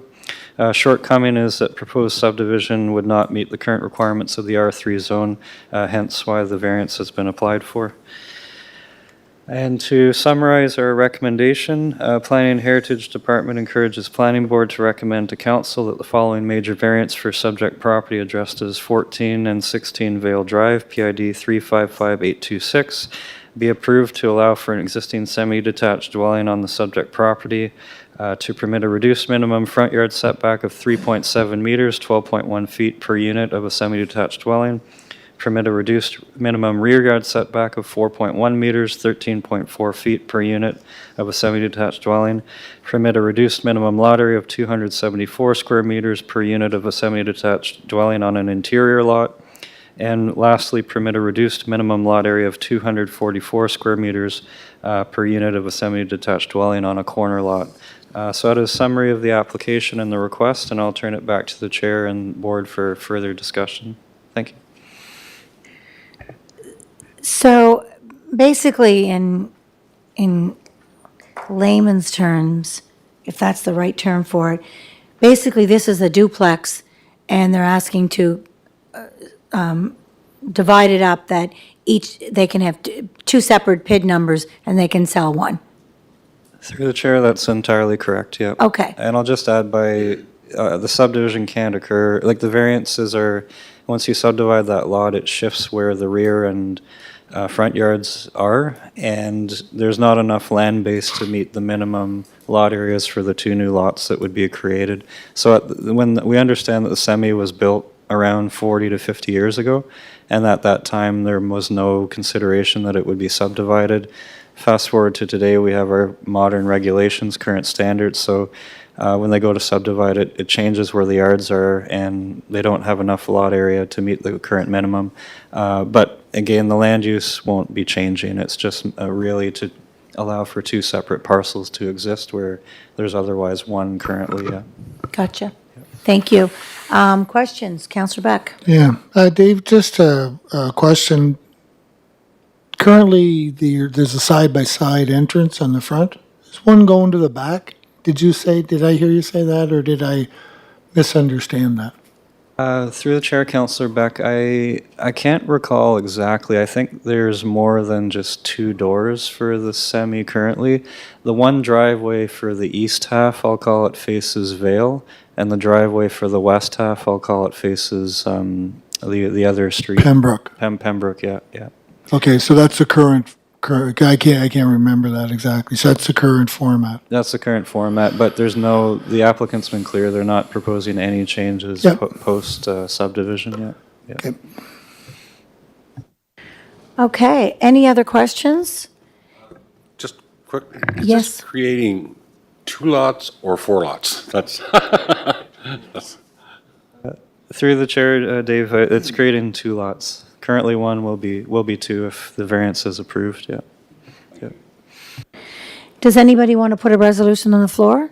Moved by Lee to accept staff's recommendation, seconded by Paul. All those in favor? Sen? In favor, Madam Chair. Okay, all right, that will move on to council. And if somebody wants to give a knock on the door and get Councillor McKay back in, that would be great. Thank you very much. All right. Thank you for that report, David. We'll move on to our next application, which is 8990. Next one is the unaddressed parcel, Viceroy Avenue, PID 349035. And that is over to you, David, again. Thank you, Chair. So this is a request for rezoning for the unaddressed property at Viceroy Avenue, identified PID 349035. It's a request to rezone from the current R2 low-density residential zone. It's a request to rezone to the low-density residential R2 zone to allow for 3 new semi-detached dwellings that would each be on a separate lot for a total of 6 dwelling units total. Subject property is shown as highlighted in red on the air photo on your screen.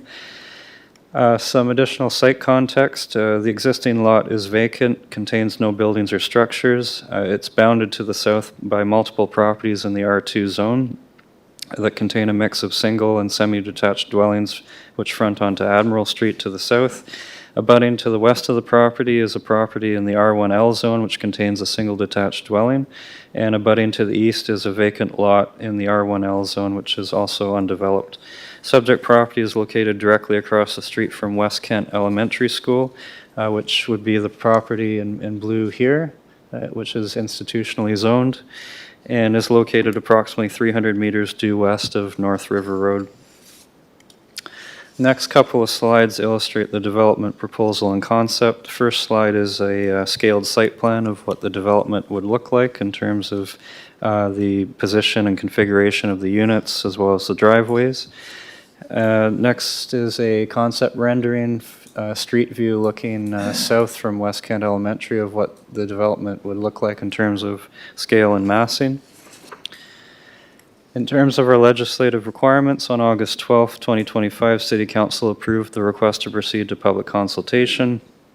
As per Section 3.10.4 of the zoning bylaw, a notification letter was mailed to all property owners within 100 meters, being a minimum of 7 calendar days prior to the public hearing date of August 28, 2025. There were a total of 39 letters sent to residents which advised them of the public meeting on August 28th to solicit comments and feedback. A total of 17 letters were received, 16 in opposition and 1 in support. At the public meeting that was held on August 28th, a total of 7 members of the public spoke who were all in opposition to the application. A copy of the public meeting minutes was included as an attachment to our report to the planning board this evening. In terms of public feedback and city department review, response to the public circulation on the part of the neighborhood was overall generally opposed to the proposed development. Statements provided at the public meeting held on August 28, 2025 by residents cited general concerns for traffic safety, parking, compatibility of development, increased density, and loss of green space.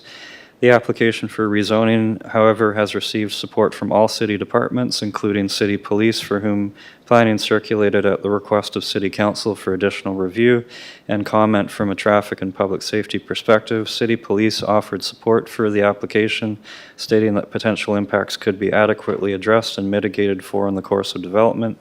Public Works also expressed no concerns with respect to traffic, site access, and public safety, noting that the current concept is acceptable within their respective technical requirements. No existing trees on the property have been identified as being subject to protection under the city's tree protection bylaw by Environment and Sustainability staff, therefore would be considered private trees that can be freely removed as needed in response to development. City Fire, Parks and Rec, and the City Water Sewer Utility have all either expressed no concern or made statement that the development is technically feasible and can be accommodated without major concern within their respective authorities.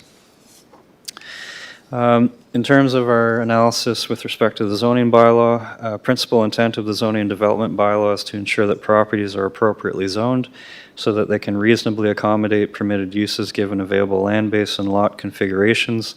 Another primary intent of the zoning and development bylaw is to ensure that abutting land uses on different lots and the permissions for them are compatible or harmonious with one another in terms of built form and general purpose, and that they do not risk possibility of land use conflicts that could generate uncontrollable negative impacts. Just further to the zoning bylaw, immediately beyond the boundaries of the subject property, there are 6 lots that directly abut the subject property to the south, which are all within the R2 zone, being the same zone that the proponents intend to migrate the subject property to through the rezoning process. Of the 6 lots, 4 contain semi-detached dwellings, while 2 contain single detached dwellings. Abutting to the east of the subject property is a vacant undeveloped lot in the R1L zone, while directly to the west is a large lot also in the R1L zone containing an existing single detached dwelling addressed as 41 Admiral Street. On the basis of the immediate neighborhood scan, it is correct to say that all properties and existing land uses directly bounding the site are either of a same or similar residential nature in terms of existing and future allowable built form and density given existing zoning in the immediate area. On this basis, the migration of the subject property to the R2 zone would therefore be in keeping with the intent and purpose of the zoning and development bylaw as it regards general land use compatibility. It is also noted to the north of the site, on the opposite side of Viceroy Avenue, is an institutionally zoned property, 27 Viceroy Avenue, which contains West Kent Elementary School, which serves as a central public resource with outdoor amenity space for the neighborhood and surrounding area. The proposed rezoning to R2 would allow for residential development of a modest scale that would be compatible with and supportive of the existing school, with potential for new families having children of school age living in very close proximity to the school and the public resource without the need to be bussed in. The proposed development would therefore further support the local school population and has potential to enhance its long-term vitality as a public school. Just switching to the official plan, subject property is designated as low-density residential under the current OP, which directs for low-density uses such as single-detached, semi-detached, and duplex dwellings as per the implementing zoning and regulations of the zoning and development bylaw. Section 3.2 of the OP, sustaining Charlottetown's neighborhoods.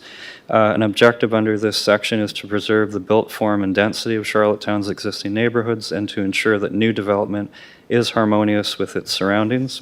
Given that the proposed built form, being semi-detached, would be consistent in keeping with existing built forms already present in the neighborhood, found immediately behind and directly adjacent to the property, it can be justifiably stated that the proposed new development would therefore be generally harmonious and compatible with its surroundings on this basis and is unlikely to cause irreconcilable land use conflicts or impacts.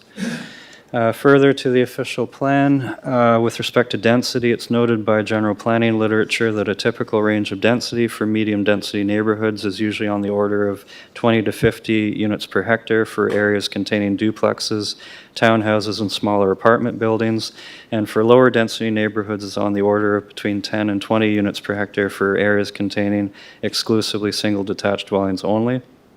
The existing neighborhood block as noted, contains a mix of both single and semi-detached dwellings, and therefore giving existing composition of the neighborhood in terms of built form, can be suggested that a density figure lying somewhere between the upper end of a lower density neighborhood and the lower end of a medium density neighborhood would be deemed appropriate here. It would therefore be reasonable to suggest a density range of between 18 to 25 units per hectare for the neighborhood block could be deemed as appropriate boundaries to remain within, such that neighborhood character and consistency of built form is not severely impacted or disrupted on the basis of density. Just further to that analysis, the neighborhood block to which the subject property belongs is bounded by Prince Charles Drive to the west, Viceroy Avenue to the north, Goodwill Avenue to the east, and Admiral Street to the south, and has an overall net density, that's net of any public roads, publicly owned features, of 13 units per hectare. This overall net block density is based on block size and the number of existing dwellings present on that block, which is currently 20, represented by 14 single-detached and 6 semi-detached dwellings. Should the requested rezoning be approved and the proposed development proceed, this would add 6 new semi-detached dwellings to the block, which would result in a new net density of 17 units per hectare for the neighborhood block based on a new total of 26 dwellings, represented by 14 single-detached and 12 semi-detached dwelling units. This new net density figure would still remain well within the accepted range of a lower density neighborhood and would not bound into the lower end of the range of a medium density neighborhood. So on that basis, it can be stated that neighborhood character, consistency of existing built form would not be severely disrupted or impacted on basis of density. And just finally, on the official plan under section 3.3, housing needs and variety, the official plan states that if Charlottetown is to continue to grow as a healthy community, affordable housing for all segments of society must generally be made available throughout the city. While the development proposal for the subject property does not propose affordable housing by definition, it does represent a more compact form of development consistent with that already present in the existing neighborhood block that would provide wider housing options to residents. So in conclusion, based on review of the related OP policies that can be applied as well as review of existing development in the immediate area, it's the opinion of planning staff that the proposed development is in alignment with and would fulfill the intent and purpose of the noted official plan policies that would apply based on neighborhood density and character impacts. The intensity and proposed density of the development would be consistent with the statements made under section 3.2, 3.3 of the OP as it regards density and adverse effects on existing low-density housing, as well as preservation and consistency and continuity with existing neighborhood built form, and density should the related zoning bylaw amendment for rezoning be approved in this case.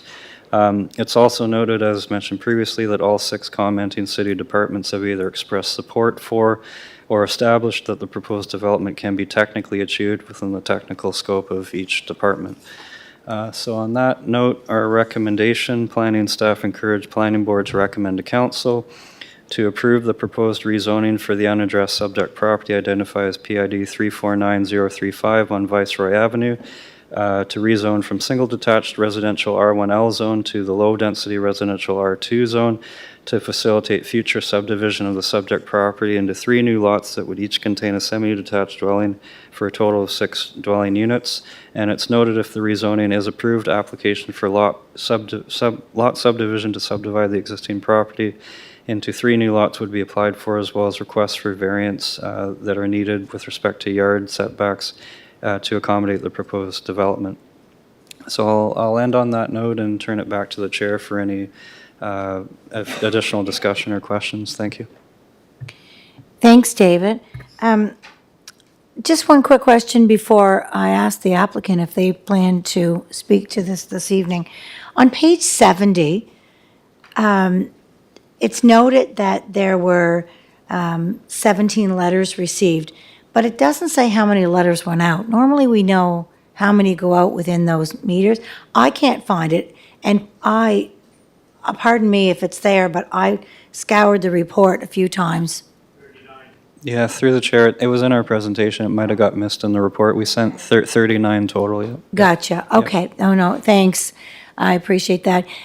Kane, do you want to speak to your application this evening, or? Yeah.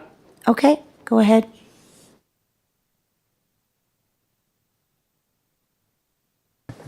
Thank you, Madam Chair. Members of the board,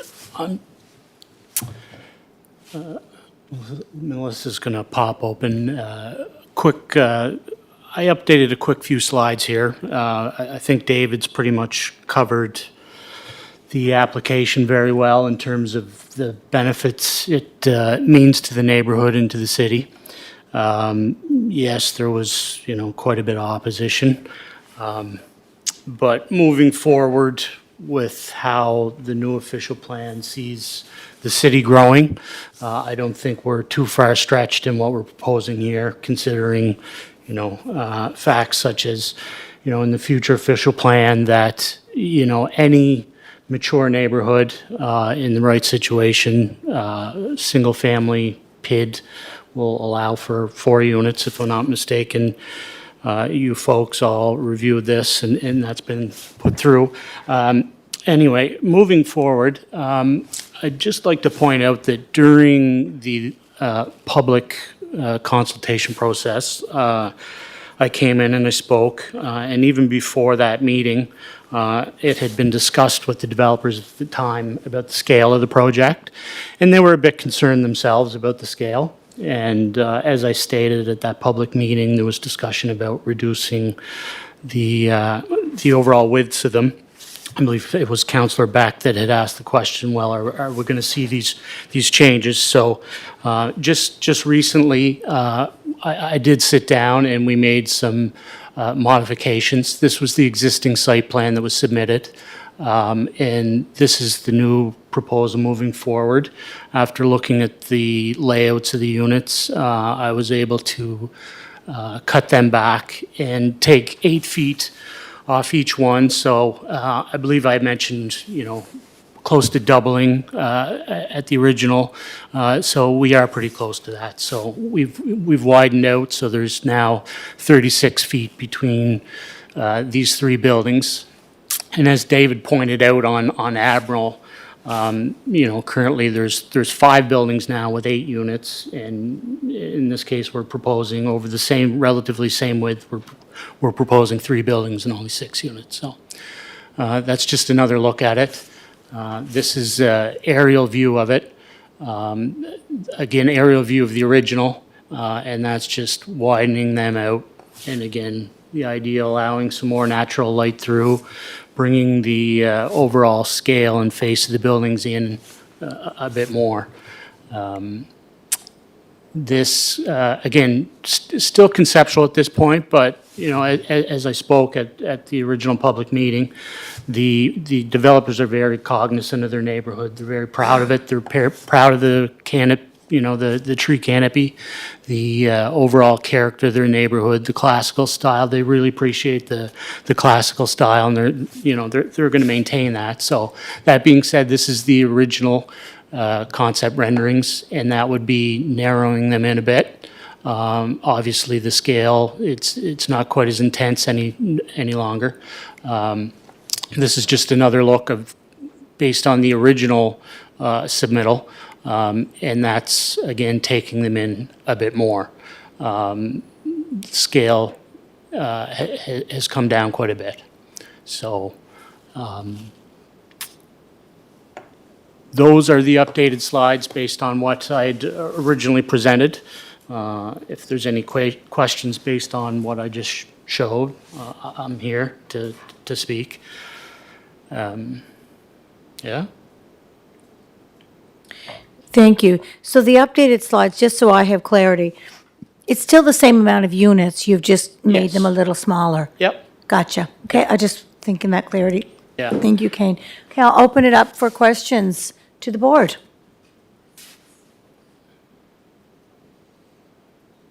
Sen, do you have any questions? No, Madam Chair. Okay. Anybody else with questions? Counselor Beck? No. Do you? Okay. Yeah, thank you for the updated files, Kane. I think I just have a few comments that I would like to make. I think when I look at it, when I look at the entirety of the project, look at what we heard in the public consultation, I mean, there was a lot of concern expressed for the project. Much of it centered around the safety concerns, and I know that Public Works has indicated that, there may not be a great even awareness of what's going on there, as they stated in their report. And I think anyone who's been aware of West Kent School knows the amount of congestion that does occur down there on every morning, at the end of every day.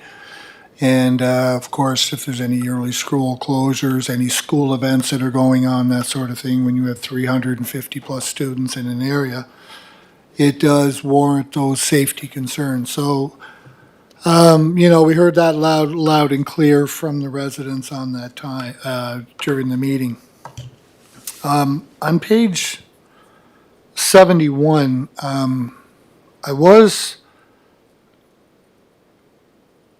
kind of, there was a comment made that we could expand the parking lot to alleviate some congestion. I think one of the concerns that did come through that night is here we're asking to take away further green space to accommodate a development. And I don't necessarily agree with that either. So I think that might be an area that, I don't know if that's really going to accommodate it.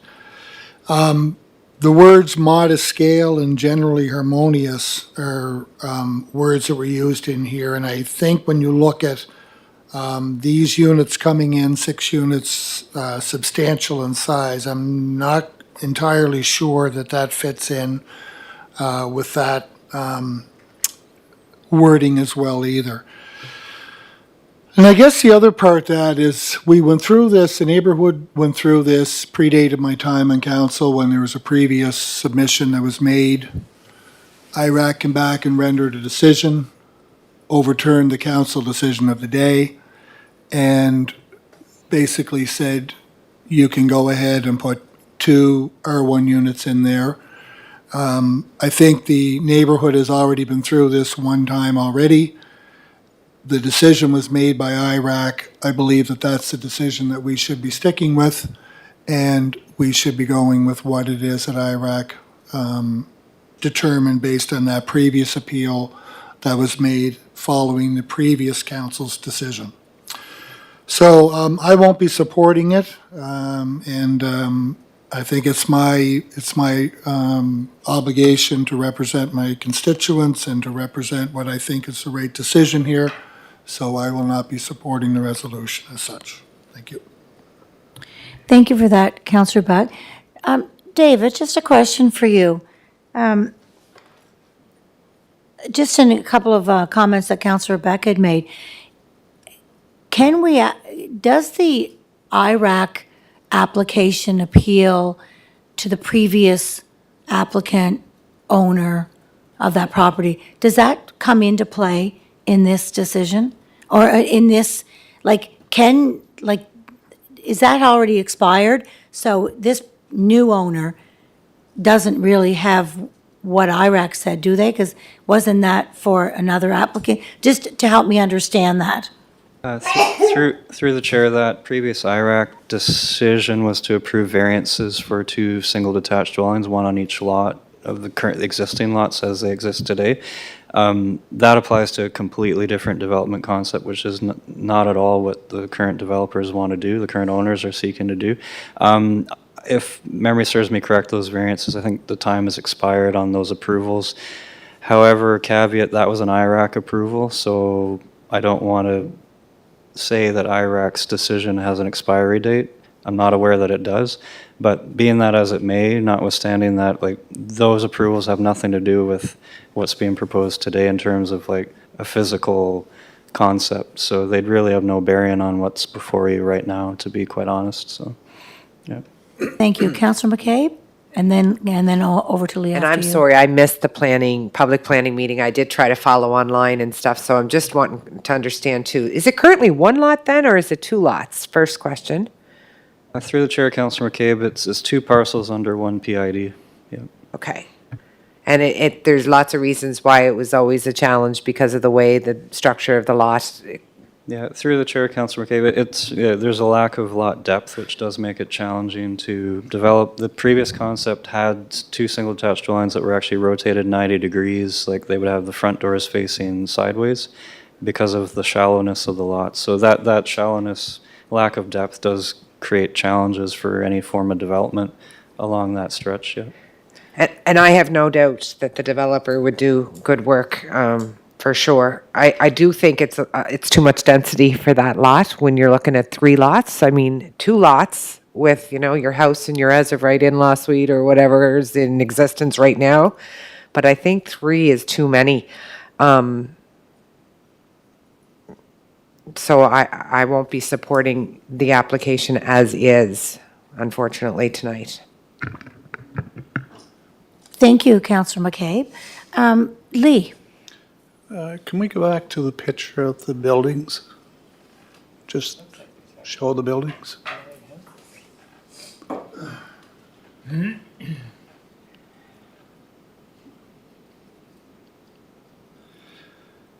So the 2 buildings that are attached together, is that just for looks for here, or is that a permanent thing? You have 2 buildings with an attachment. Could you repeat the question? Sorry. So the two semi-detached, Yes. and you're attached in between? Yes. So how do you call that semi-detached? Is it not a 4-unit? No, the two the center building is 2 units. It's 2 units, but Yes. but it's, It's attached.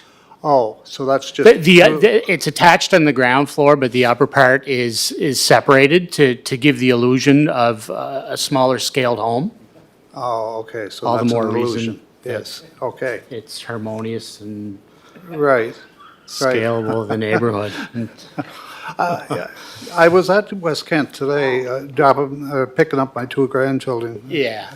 I know it's hard. And you know what, I said it at the public meeting, there's no doubt, there may be, or not maybe, there's traffic concerns at West Royalty. Right. There's traffic concerns probably at every school. If you really think about it, if you were to look north of Euston Street, let's Yeah. leave the downtown core, and then if you were to, go below, let's say Belvedere.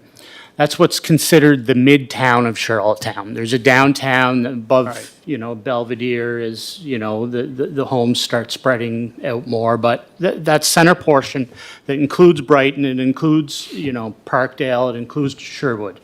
Within that area, you have, as I mentioned, St. Jean's School, you have Spring Park School, you have Prince Street School. Prince Street School is basically in the center of what you'd consider a well-established residential neighborhood. In fact, Upper Prince Street probably has some of the nicest character older homes in all of Charlottetown. If you were to walk down Upper Prince Street, among those single-family homes, some modest in scale, some larger, you're going to see a very, very high number of duplexes, large-scale heritage buildings that are multi-unit, a lot more so than what we're proposing in this case. And you have Prince Street School right there. St. Jean's is the same case. Spring Park is the same case. The difference with those schools, though, if you were to drive by them and you were to walk by them, you'll notice in all these cases, there's plenty of crosswalk paintings. There's crossing guards. These school sites are well managed. For whatever reason, I'm not sure what it is, West Kent does not seem to be well managed. That is an issue that the city should have with the school board in the province. It should not dictate or condone not approving well-planned out, scalable, and appropriate development in key residential neighborhoods. In terms of density, this is not over-densifying that site. And the existing current plan acknowledges that, and the future official plan even goes beyond that in the sense that it says, okay, we need to stop looking in the past as we were if we're going to move forward and concentrate on this stuff. That's the reasoning for larger, higher buildings closer to post-secondary education institutes. It's also the same reason why you as a board approved, and the city is hoping to approve the new official plan that states in neighborhood areas, which this is, along with Parkdale, Sherwood, that in most cases, a single-family lot will now be, as of right, allowed 4 units because it's a moderate amount of intensification for those neighborhoods. And it allows for any resident in the Brighton area who has paid off their mortgage, they're getting ready to retire and move out of the 2,000 square foot home they have, but they want to continue to live in Brighton in a more modest unit. It's exactly what happened with the 18 unit that was built on Goodwill Avenue. Everyone was opposed to it. Nobody cares about it now. But, however, the people that do care about it are the doctors and lawyers that were able to retire and stay in their community and stay near their children and stay near their grandchildren. What we're asking here is not obscene by any means. It's well thought out, it's harmonious, and it should be approved. You're good. Madam Chair, as I was saying before, I was at West Kent today, picking up my two grandchildren. The street, along with the parking lot, was full of children. I mean, what I'm talking about here is a safety reason. Now, you have six units here. You're going to have, most people today have a family of three or two, have two cars. So you've got 12 cars backing out of those driveways. I mean, that's a lot. That's a busy area, you know. So when school is out, I'm not saying they're all backing out at the same time, but you have, to be reasonable, people have two cars. So you have 12 cars coming out of 6 units. I'm just saying that for safety reasons, I don't think I could support something like that. Thank you. Thank you, Lee. I'll go Bob, Jackie, Norman, or Councillor Beck, I'm sorry. Okay, go ahead, Bob. Okay, thank you, Chair. Kane, right now, the way with the current zoning, you're entitled to build 4 units, is that right? Two buildings? No, the proposed official plan has stated that a single R1L lot in any moving forward neighborhood zone will be allowed for 4 units. Just Okay. point of clarification. Thank you, Kane, for that. And I just want to clarify that the proposal in the official plan, you're not wrong, but you're not quite right either. I And understand yes- there's still zoning but- issues to go Right, through, and but so you're right. One of the items in that is the 4-unit as of right is appropriate, and that as appropriate will be defined in our zoning and development bylaw. And I don't know what that is yet, and none of us know what that definition will be. So to say automatically that this would be a 4-unit as of right, we don't know that for sure. I understand what you're saying, the general intent of the zoning and development or the official plan is that. So I just wanted to speak to that, and if there was anyone else that wanted to clarify, or Bob, if you want to continue with your question, because I cut you right off. It's okay. Happens all the time by other people, though. So, Kane, I live in the area, and I'm around there quite a bit. I often walk down the street there at 8:30 in the morning and see the problem. And I'm not sure that holding it to 4 units is going to solve the problem, but I can't honestly say we could vote to make it worse. So for that reason, I'll be voting against the application. Jackie, over to you. Thank you. I think I'm in disagreement with many of my fellow board members in terms of what I've heard here tonight. When it comes to safety and traffic, I do understand the issue, but I agree with what the applicant said, is that there's schools all over the city that have driveways that back out where there's kids walking up and down the street and on the sidewalks. And I think that there are ways that we can look at safety and traffic management in the area that doesn't need to necessitate shutting down a proposed development. Honestly, if Charlottetown Police are in support or don't see an issue, then I don't see an issue. I don't think that this is an outrageous amount of density. Like if I'm looking at the proposed plan, six dwelling units in total. On the Admiral sides of the street, there's 5 single units, and so it's almost matching to me. Like I don't think that that's 5. Yeah, 5. I don't think it seems outrageous. I think it's an example of good, gentle infill, gentle density. And then my final point was, in response to green space, I mean, I agree, like it's tough to see green space gone in the city, but when you sort of zoom out at an aerial view, like there's parks within a 2-minute walking distance of this lot, and then in under a 10-minute walking distance, you have access to the best park in the entire city. I think the saddest thing for me would be to see the trees gone. And so I'd like to echo what Environment and Sustainability said about considering planting new trees if this was to go ahead. But that's sort of my take on it. Like I think it's a good proposal, and I'll be in support of it tonight. Thanks, Jackie. And just to your comment, I've heard the language over and over again. We should really clarify that, you know, the true idea of green space, you know, is space that has been designated for parkland or passive entertainment or passive enjoyment. But these are just vacant lots. They might be green and spacious, but they are lots that are not really classified, I don't think, unless I'm wrong. I don't think they're classified as green space. Are they, David?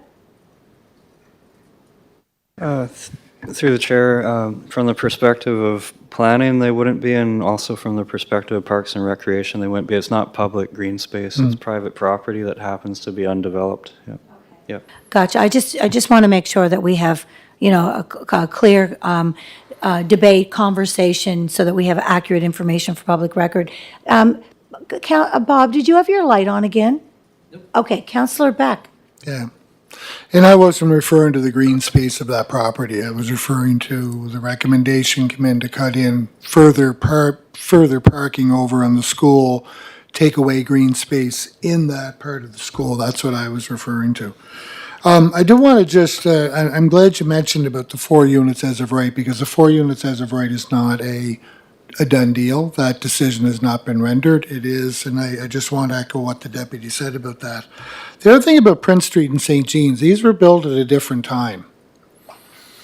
And they were built squarely where they were built. We have an opportunity here to potentially avoid what is at Prince Street and St. Jean's. We can't change, we're not going to go in and demolish a bunch of homes around St. Jean's or Prince Street to try and accommodate or remediate any sort of traffic deficiencies that we have. If you spoke to the people at that school, I think you would hear that they have legitimate safety concerns themselves that they worry about on a daily basis on both sides, not only on Prince Street, but on Waltham Drive. Same with St. Jean's School, on a busy street like Spring Park Road, and a major road like Queen Street as well. So I think what we have here is an opportunity to potentially mitigate some of the existing problems that happen in those areas as well. So, you know, I think, you know, whether a project should or should not be approved is really, I guess, a matter of perspective. And, you know, Kane, you've argued that this is a project that should be approved. I think it depends on which perspective you are looking at. In this particular instance, I'm looking at the perspective of the safety of children. I'm looking at the perspective of the residents. I'm hearing what the school, we heard loudly from school personnel. We heard from teachers who worked there. We heard from some EAs who attended the meeting that night. And I think it's important that we're going through on projects like this, that we carefully consider the multiple perspectives. And that's what I'm doing here today, and again, why I will not be supporting the motion. Thank you, Councillor Beck. Anybody else? Madam Chair. Yes, Sen, I was just about to ask you. You go ahead. Thank you, Madam Chair. Madam Chair, the school, I just wanted to, I know I missed that public meeting, but I wanted to kind of get the perspective. The school personals were against this because they were worried about the safety. However, the police said there is no safety issues.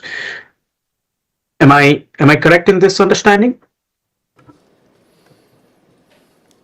What do you mean? Sorry, I meant, the police, the Charlottetown police is saying, they don't have an issue with this development from a safety perspective. However, the school personnel, as, Councillor Beck mentioned earlier, that they have an issue with this application going forward. Am I correct on that? Yeah, so it's been vetted through multiple departments, and all departments in the city have no issue with this development. So I can't speak to what the what the school, the public school branch stance is on that. I know we heard from folks that attend the school and a few of the teachers, but I haven't heard any formal response from the public schools branch, I don't think. Correct me if I'm wrong, David?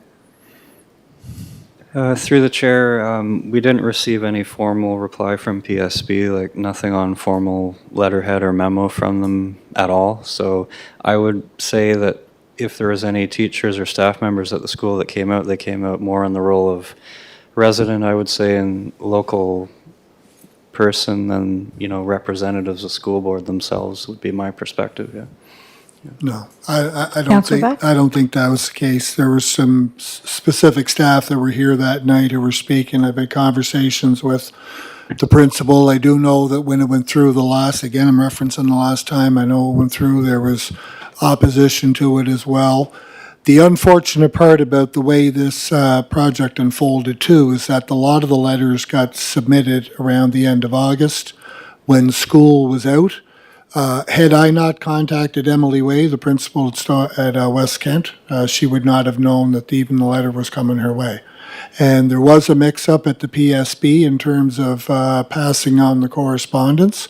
So I think if in this particular situation, I do know from having spoken personally with the principal of the school and having spoken with members of the Home and School Association, I do know that there is legitimate concerns about this.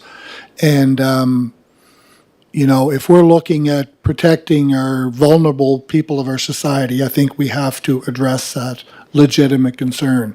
And it's one thing for various departments to express their views. They're not living it on a daily basis like the school personnel are living it on a daily basis, dealing with it not only at Prince Street, St. Jean's, but also West Kent School.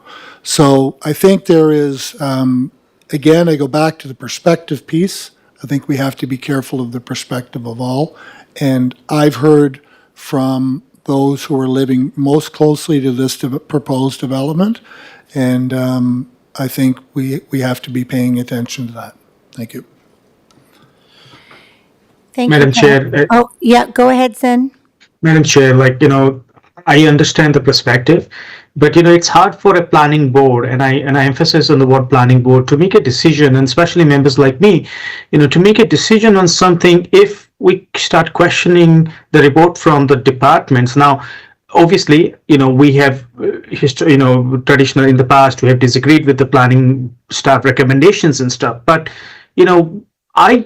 as a resident member, I would be dependent on department, especially police report on something, so I'm kind of still not sure, should I trust, in this case, the police who are saying there is no traffic, there is no safety concern, or should I trust, what I'm hearing right now in order to make sound planning decisions?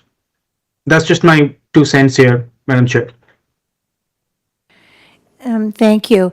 And just before I turn this over to Paul, I remember years ago, I wasn't on council at the time, I don't think, but there was, I think, 10 or 12 townhouses went up right across from St. Jean's School.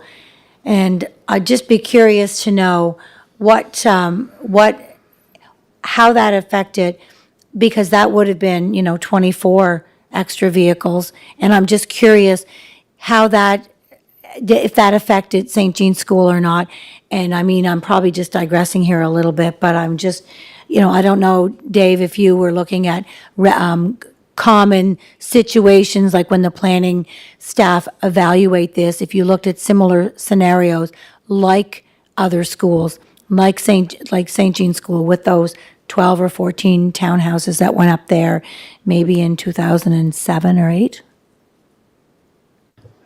Yeah, to the chair, no, answer is no, we didn't look to any other past files. Part of that is just the philosophy of how we have to do our evaluations, that they're each done de novo, and each application's evaluated on its own merits with respect to what's immediately around it. We don't want to pull in if we pull in precedent, then that won't hold any water if we go to IRAC, right? And it's just, it kind of flies in the face of how we have to evaluate these things, just to be clear on that. Gotcha, thank you. Paul?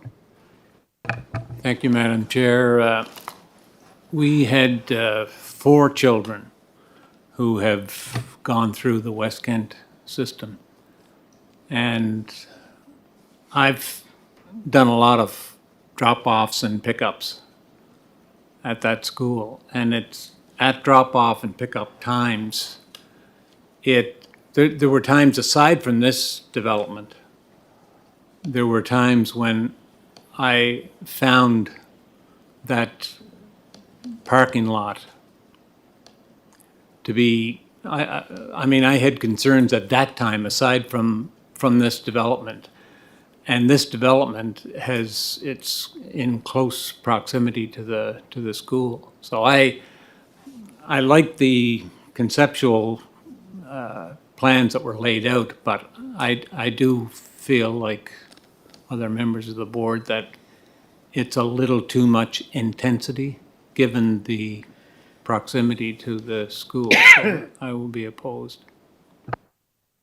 Thank you for that. If there's no other question, does somebody want, did we put a resolution on the floor yet? I don't think we did.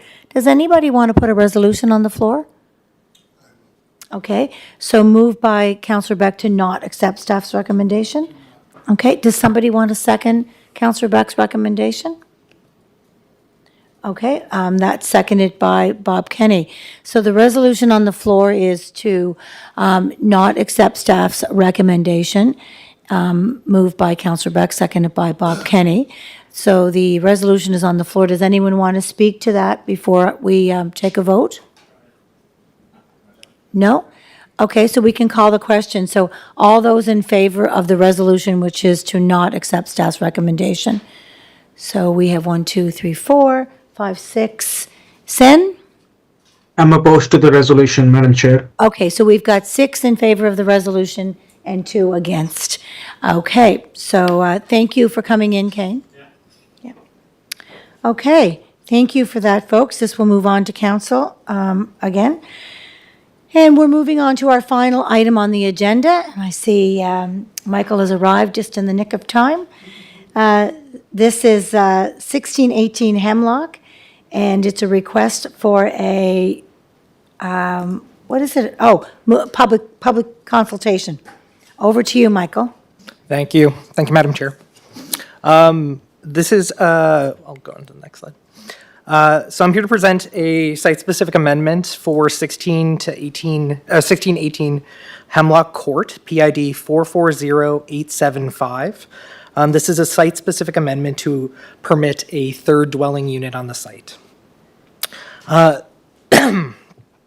request is that Planning Board approve a request to proceed to public consultation at a future public meeting of council for the subject property addressed as 1618 Hemlock Court, PID 440875, to permit up to 3 units on the single detached residential R1L zone subject property, whereas only 1 unit would normally be permitted via a site-specific amendment. The subject property is located inset from the corner of Hemlock Court and Wedgwood Avenue within the single detached residential R1L zone. The surrounding properties consist primarily of low-density R1L and R1S zones, though the area also includes institutional zone properties. The property is currently developed with a legally non-conforming semi-detached development. It was developed pre-bylaw, and so it's permitted based off the non-conforming use section of the bylaw. This application is intended to permit the addition of a third unit, largely within the existing form of the building. It's largely in the basement, and there's a small addition off the back that meets the bylaw. So you can see that here. As seen in the proposed site plan, the proposed development will occur largely within the form of the existing building with a bylaw-compliant rear addition planned. Parking is intended to be provided via the existing driveways, and from the front of the property, there would be no change. The entry door is from the rear. As per section 310.3 of the zoning and development bylaw, before rezoning any parcel, and the site-specific amendment process follows the rezoning process. Before rezoning any parcel of land, council shall conduct a public meeting to receive views and opinions of the public and the applicant. Council may, for reasons that are in the best interest of the city, reject a proposed rezoning without notice and without a referral to a public meeting. But if the application goes to a public meeting, then council shall determine the disposition of the application, and the applicant may not be allowed to withdraw the application after the public meeting. If the proposed zoning and development amendment is approved and proceeds to public consultation phase, the Planning and Heritage Department will notify the public of future development meeting, sorry, it's at the end of the meeting, future public meeting date in accordance with Section 310.4 of the Zoning and Development Bylaw. Our intended next steps are to, if the public meeting occurs, it would be on the October 28th public meeting. November 4th would be the next planning board, and then November 12th would be the council resolution. Thank you so much, and I'll bring it back to the chair.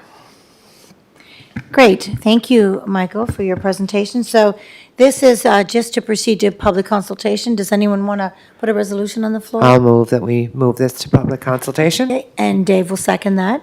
Any questions on the recommendation? So all those in favor of moving this on to public consultation? Okay, Sen?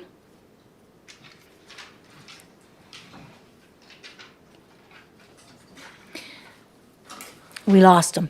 Okay. All right, so that was 1, 2, 3, 4, 5, 6, 7, 0 for supporting staff's recommendation. So that concludes our agenda unless there is any new business. Okay, yes? Madam Chair, thank you. I just, there's a couple of lots in the city that I've been concerned about, and one was the Euston Queen Street property, and that has been resolved. But the other lot is Fitzroy and Grafton. No, Great George, which has not been resolved, at least if You it mean has, where the I'm old not service aware of it. station was? Pardon? The old service station? Yeah. Yes. I'm just looking for an update. Is something going to happen?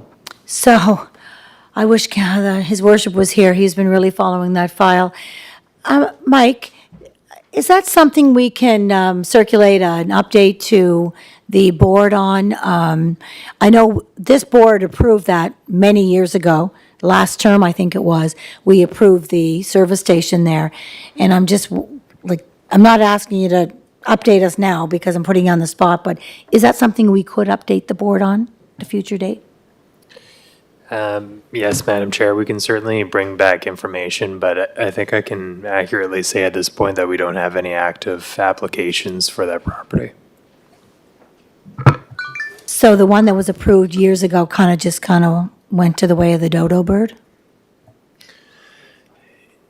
It's quite common for properties to be rezoned and then for development not to proceed for whatever reason. As the market changes, developers have to work within their pro formas, and if it doesn't work, then they need to change their concept and try and move forward. Gotcha. Okay. Yes, Yeah, Councilor. I'd be with Paul on that.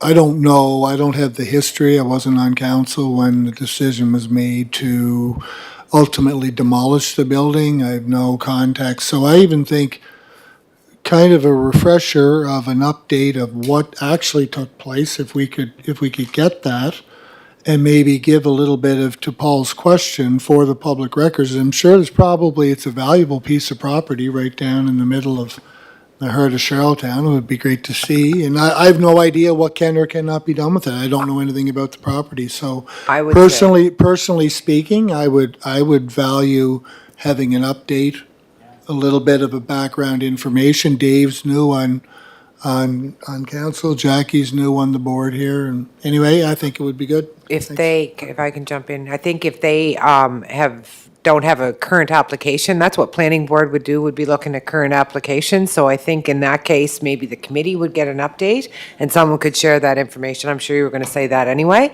but planning board wouldn't be getting updated and briefed on files of, but to be fair, if he wants the information, we can certainly find out the information for you. It just wouldn't be. Yeah, this is just not the platform to which that would be, but we can definitely get that information for you, absolutely.